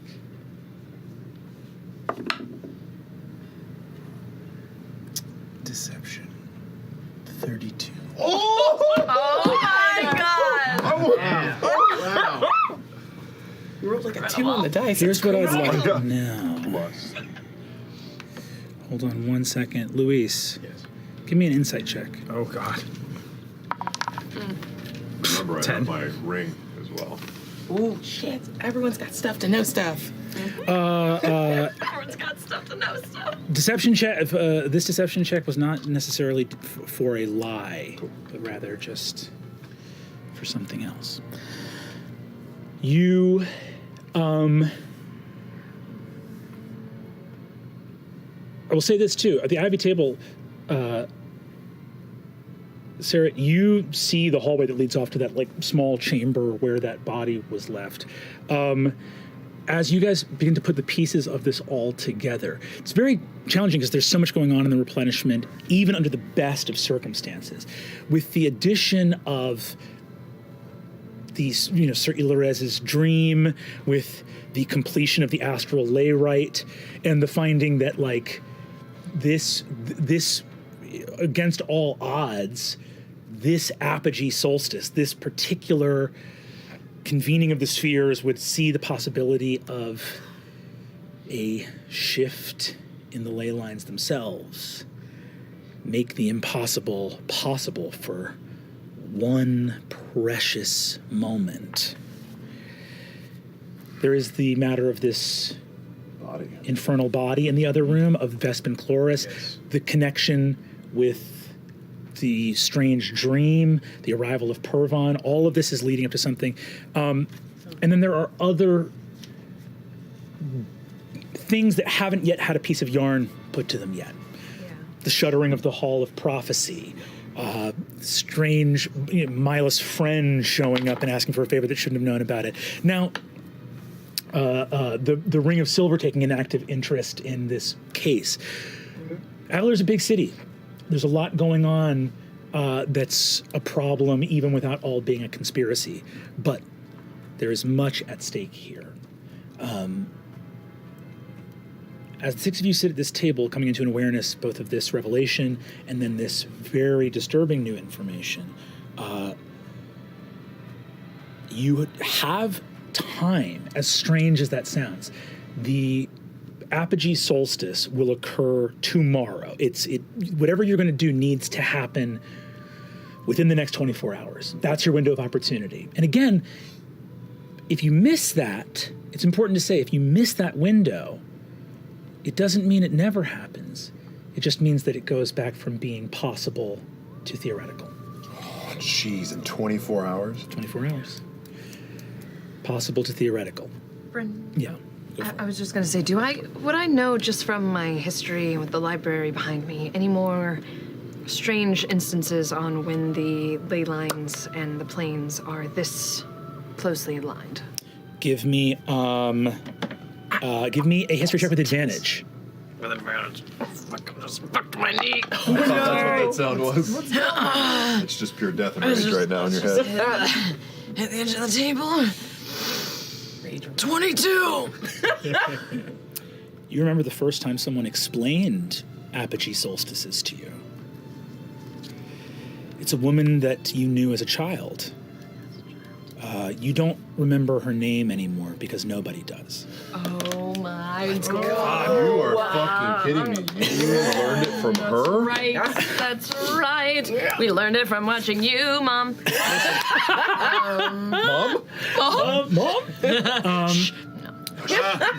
A beautiful woman with raven hair who was one of the greatest wizards you ever met once told you They met what was possible on a given apogee solstice. The last time these solstices, there was an apogee solstice. There was some shifting of the ley lines of Exandria. Ley lines, again, for those here, I think you would all know this. They move around the meridian of Exandria. They are terrestrial by nature. They're the lifeblood of the magic of the world. To create and even hearing the name of the engine, an astral ley rite, something that could take something truly of the world and move it to another dimension. But it all comes together when Laren's talking about what's possible, because at an apogee solstice, if the ley lines are shifting, Anything's possible. anything's possible. The woman who told it to you mentioned Yeah. it because there was. It's possible that if they plane shift, She said she was working on doesn't something that in a few if they years' had- time those ley lines might in become the possible. outer plane. Apogee solstices occur about every Well, 120 years. Well, if they don't go find out like the ley line or so the source power for the in the Well, it seems there, we then need to come to a consensus with regard to what is they'll still crash the important city and land it. and what needs to be done, and what, of course, we can move to in when we feel comfortable and have time to do so. The Vespin Chlora situation is of course upsetting, but I'm not incredibly sure or clear on what we can do about it. Sure, I can see that position. My concern, again, only looking on the outside from the knowledge that you've gleaned, is that the timing of it. This person trying to replicate what the Matron of Ravens was trying to do, and you creating a device that is taking advantage of this layrite. I To be clear, I made the layer. I'm taking advantage of the solstice. Yes. Thank you. Right. I mean, I'm mad at you. I'll also have a small nitpick here for Loquacious and Xerxes. As Sarah has just said, Vespin recreated the Matron's ritual. You know that's not true. He didn't recreate No. it. Oh, yes. Yes. It's a slightly different ritual, Right. but ritually. Yeah, the same. ritually. But this is the time for people to make something happen, and we cannot be foolish enough to think that you're the only person that had the idea to, at this very time, take advantage of the magical energies and the thin veil between these realities. Others are doing that as well, and we've been warned about Vespin and what he's done. And we know that it has to do with the betrayers. I want to celebrate as much as the two of you, but I also don't want your moment to be spoiled because we have been unawares of interested parties coming in and taking this out from underneath both of you. They're coming. They tried to take you out. They're plane. Is he going to try to use this? So we know that something is Barry? amiss, and we know that something is coming for us, and we know that other cities are creating weapons. And I congratulate you for your beautiful achievement, and I share that ambition and that wonder about those planes and that exploration. But I'm put off by this so-called champion of the Matron of Ravens, who's come here to warn us and couldn't even utter the words of the betrayers because he was scared. And that is precisely why I kneel to no God. Because the second you kneel to one of them, you kneel to them all. Something is here, it wants to threaten us, but we are the ring of brass. So gather your wits, gather your courage, gather your strength, and do the job that you know you need to do because the city needs us. Xerxes, can I implore you to set a guard outside of this room, and can I show the rest of the ring of brass this room? And as you so say that, Xerxes is continuing this monologue, and you can start to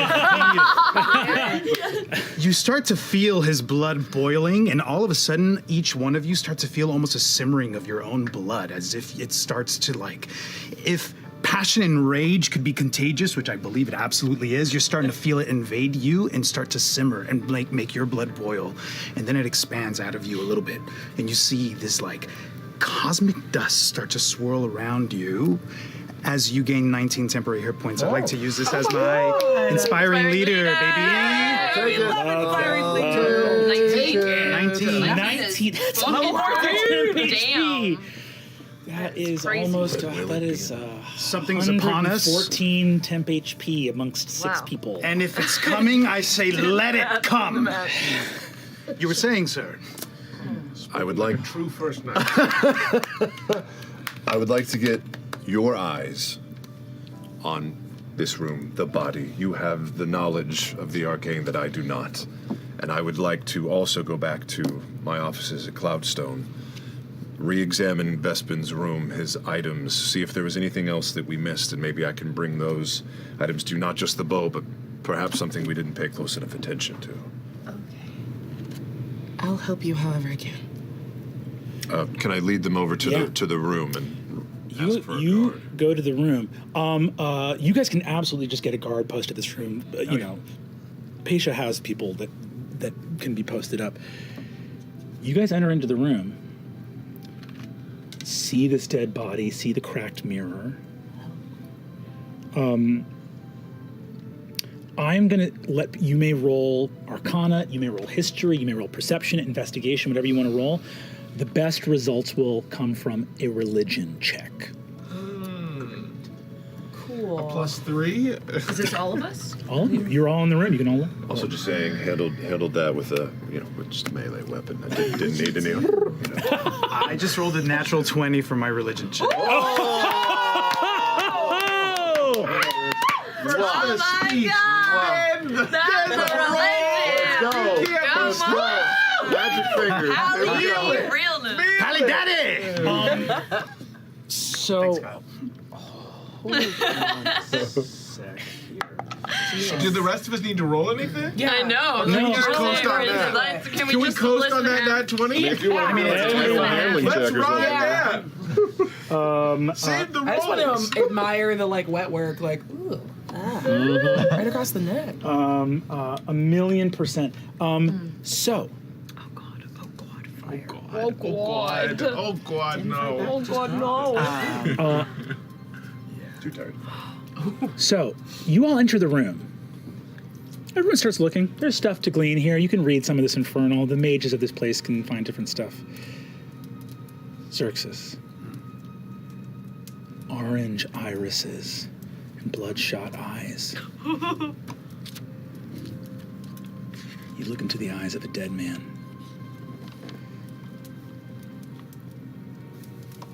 Runes everywhere. You hear in your mind. It's not a comforting feeling. Nobody likes to feel like they're dreaming when they're wide awake. Oh, God.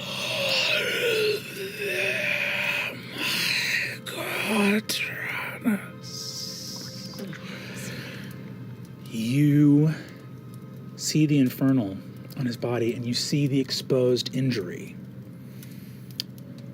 You're a healer. You know how you have lay on hands. You know what it. You're one of the people that can cure disease. So you know that if this man was still alive, that his body would be riddled with tumorous growths all throughout. And they're coming from the things that he has carved into his flesh. Infernal runes. Clerics have fallen out of vogue here in Avalier. What does it mean to draw power from a deity? It's complicated. What is the clerical version of a wizard's study? We all know that clerics draw their power from their gods, but if the gods want power, why wouldn't they just grant their most powerful spells to any and all of their followers? Why are some clerics stronger than others? It's not arcana, it's not history, it's their wisdom. As clerics grow in a deeper understanding of the facet of reality manifested by their deity, they become more aware and attuned to those forces within the world and can wield greater magics. There is a limit to what is safe to grant a follower. But now, what if you weren't worried about keeping your followers safe? You look into this man's eyes, and a term floods into your mind. It's a term in Infernal. It means puppet. It's a human so devoted to you that it's not even worth magically dominating them or charming them anymore. They just let you into their soul. And the word is Knauth. It's a word that hasn't been spoken on Exandria since the foundations of this world. The man you are looking at became a cleric of a betrayer. And he became a cleric of a betrayer looking at the speed of these growths maybe a little over 2 weeks ago. What would you do if you came back to the world after a long time away and nobody worshipped you and you needed to make some moves real quick? This is a mortal man that was forced to understand things that he was not ready for because his master didn't need a servant. He just needed a puppet. Love and drink. Wow.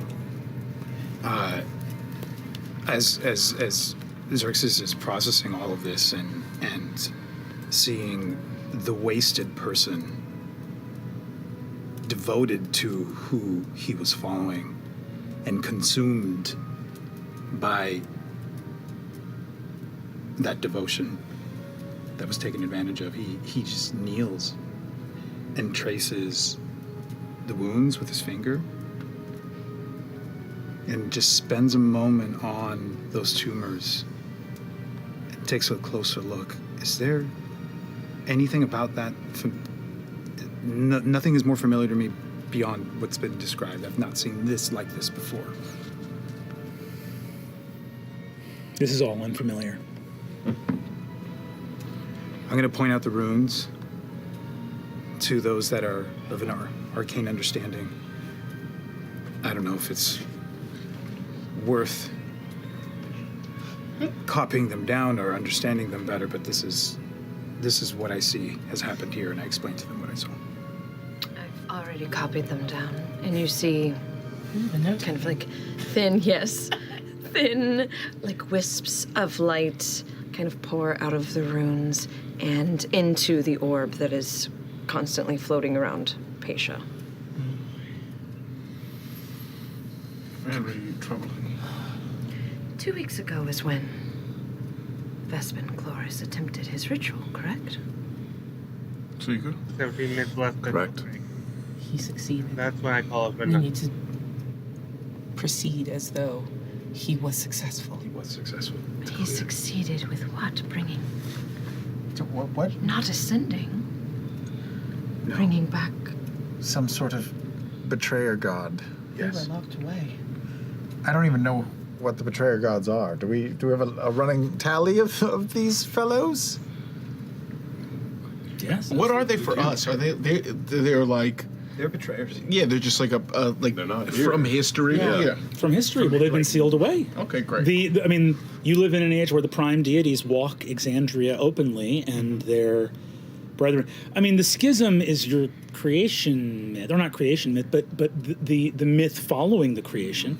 You know that what happened was there was a time in which the prime deities, in a world of strife and chaos, sought to give divine magic to their children, to mortals. And the primordials that had existed in the world, the elemental titans that had existed in the world prior to the arrival of the deities, who, before the schism, there was not a distinction between prime deity and betrayer. No betrayal had happened. There were just the gods and the primordials. The gods fractured when divine magic was granted to mortals.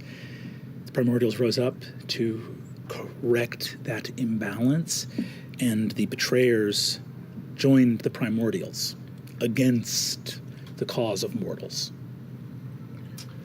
In an effort to rule out the hope that Vespin did not somehow manually manipulate access for a betrayer god, Do we know in history, are there any instances of one of these gods breaking through into this plane, even if for a short time before being pushed back?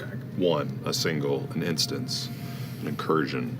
I'm going to improvise an important piece of canon right now. Yeah. Yeah.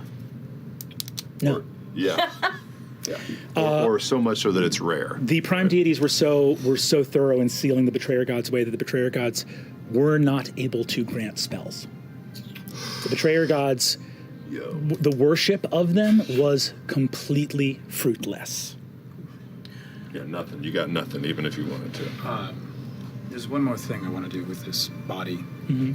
I'm going to trace again with my finger the runes. Don't touch it. And as I'm touching them, Flavor I'm going to, on occasion, infuse it with divine energy. I'm going to just spend a point of lay on hands on occasion, not to heal the body, but to connect. What are you worried about? You're down there making engines.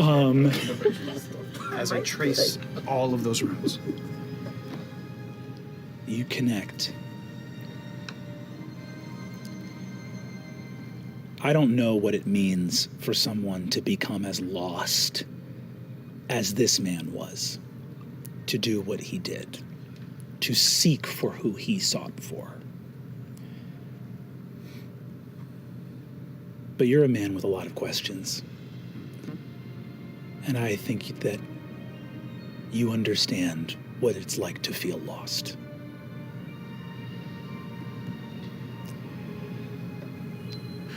The eyes close, and this body, at least, knows more rest now than it did in life.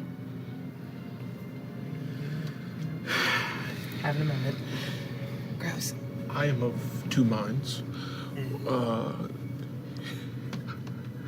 If we are amongst ourselves to admit that a Vespin Chloris succeeded in interacting with a betrayer god,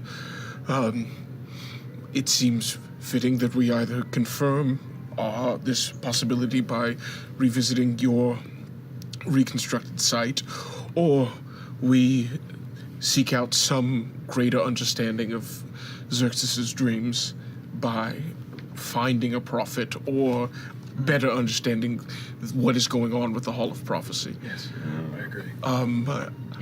I admit I am not wholly ready to give myself over to this idea, and would like to better understand what exactly we are potentially dealing with before we start making decisions from a place of truth.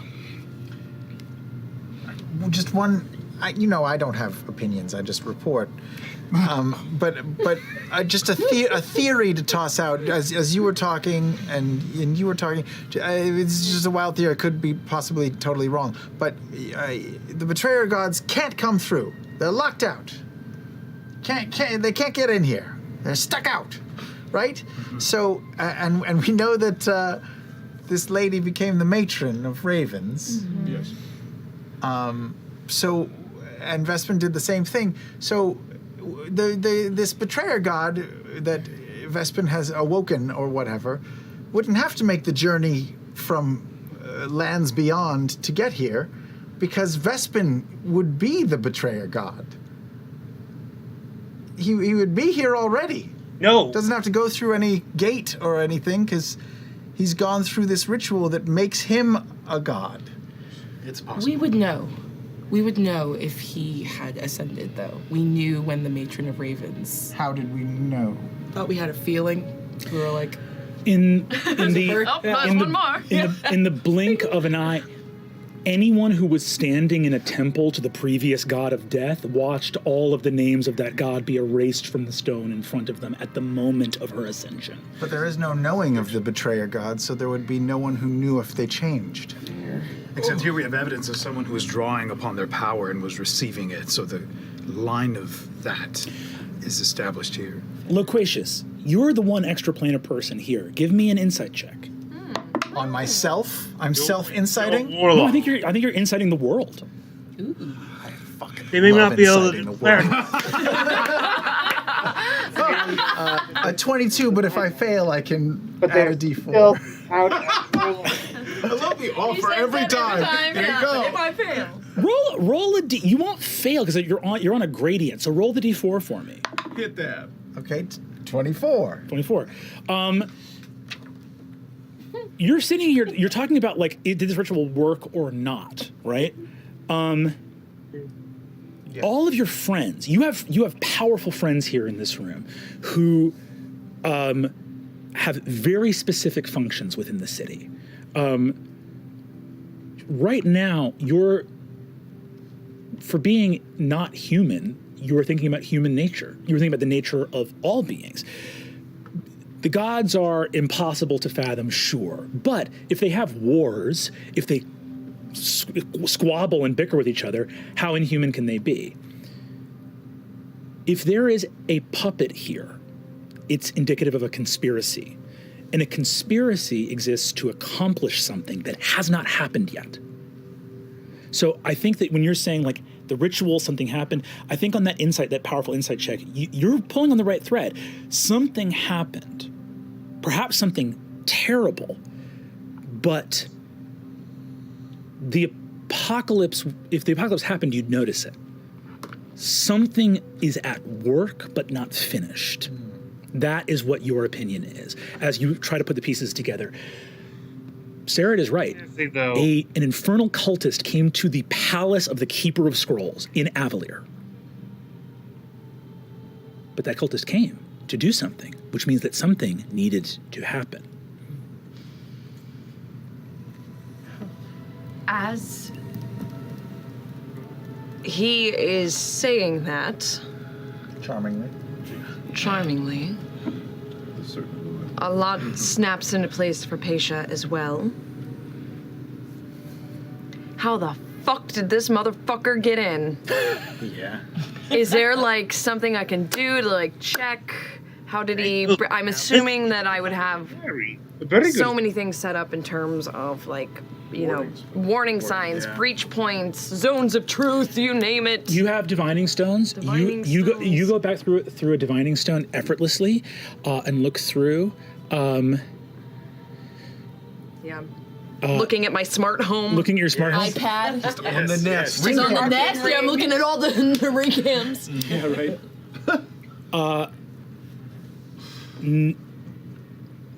A Hadmadad walked down this hallway.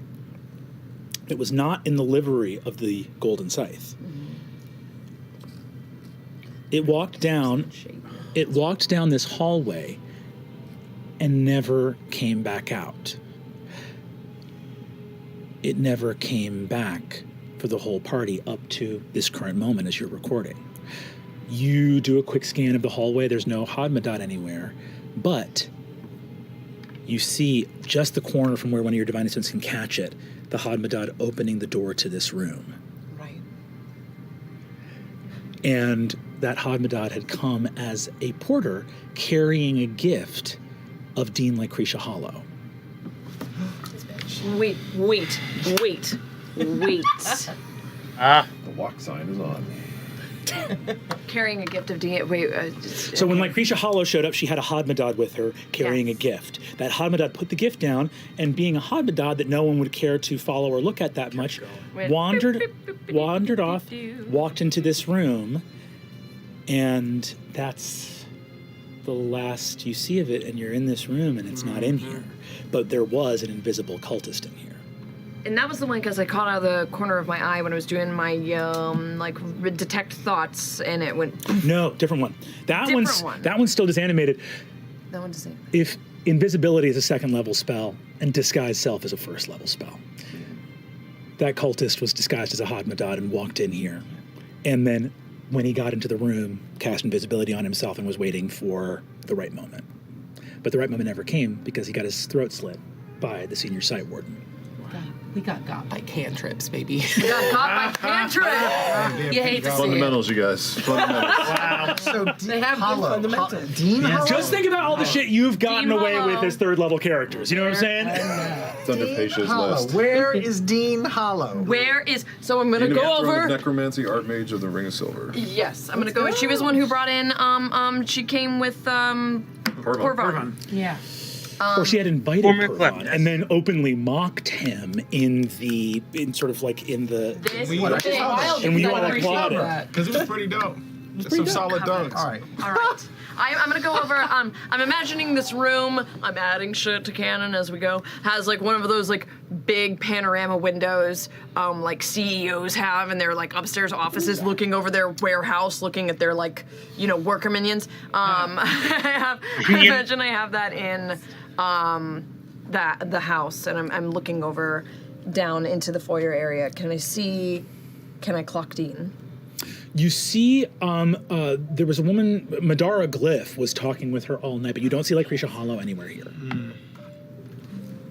Well, we can go talk to who was talking to her and ask where she went. How does our telepathic link work? Any of us can jump in and send a message, or just you can hit any of us? Oh, yeah, I'll bring that shit back up. Rary's telepathic bond. Cool. Everyone can talk to everyone, and you can, like, For how Are you silent the source of that, or is distance. just I'm like Over your any source? distance. Yeah. Any Any distance. It's a good spell. It's a long is really that good one? spell. Is that an hour or is that more than that? It's an hour, but I can ritually cast it again and again and again. Solid. Okay. Let's maybe keep that up. So wait, okay, and Only take this is above the table. Marisha talking to DM. The one that I saw, the Hamadad that went boof. That was one of that was a different one. That was one of Nidus's. So basically, what happened is that one disanimated for reasons you still don't understand. But you heard that one saying Gordranus over and over again. This was a private one of Lycretia's, and that's putting that together in your head. You're like, now you don't know if Lycretia knew or not, but a Hadmadad in her employ walked in with a gift, put the gift on the table, walked down a hallway without being ordered to, opened a door, let itself in a room. Yeah. Where's the gifts? What gifts? Where's Did the she bring? receiving room? Yeah, where's this? Is there a big table with gifts? Is there a registry? Like a wedding? Yeah. I brought you a Keurig. We need to go see if that gift is an actual gift or if it's something that's going to go boom. I made a donation on your behalf. Thank you. I haven't done it yet, but I'm going to. I also don't think it's important, but I point out to Nidus the core of the Hamadad that just has the glyph that looks missing. You don't put your proprietary technology. You have a technology that keeps their engines in the. We keep the engines, the energy is stored at the scythe and fed out. I learn more every day. How difficult is it, Nidus, to tamper with one of your Hadmadats? Someone would have to be in the guild hall. Someone would have to be in the guild hall.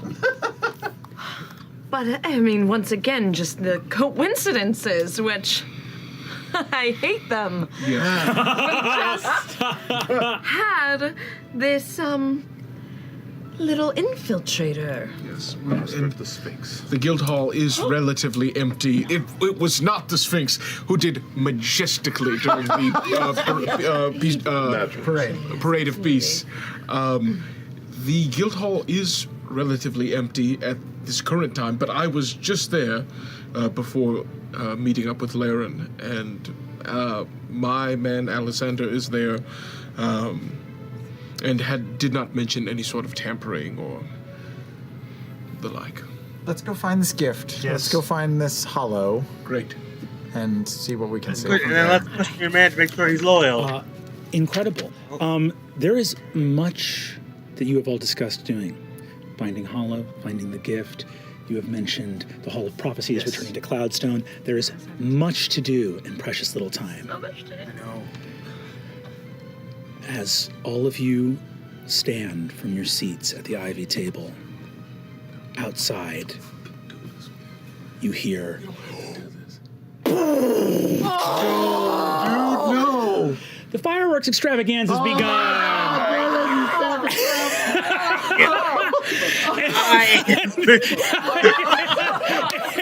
The fireworks extravaganza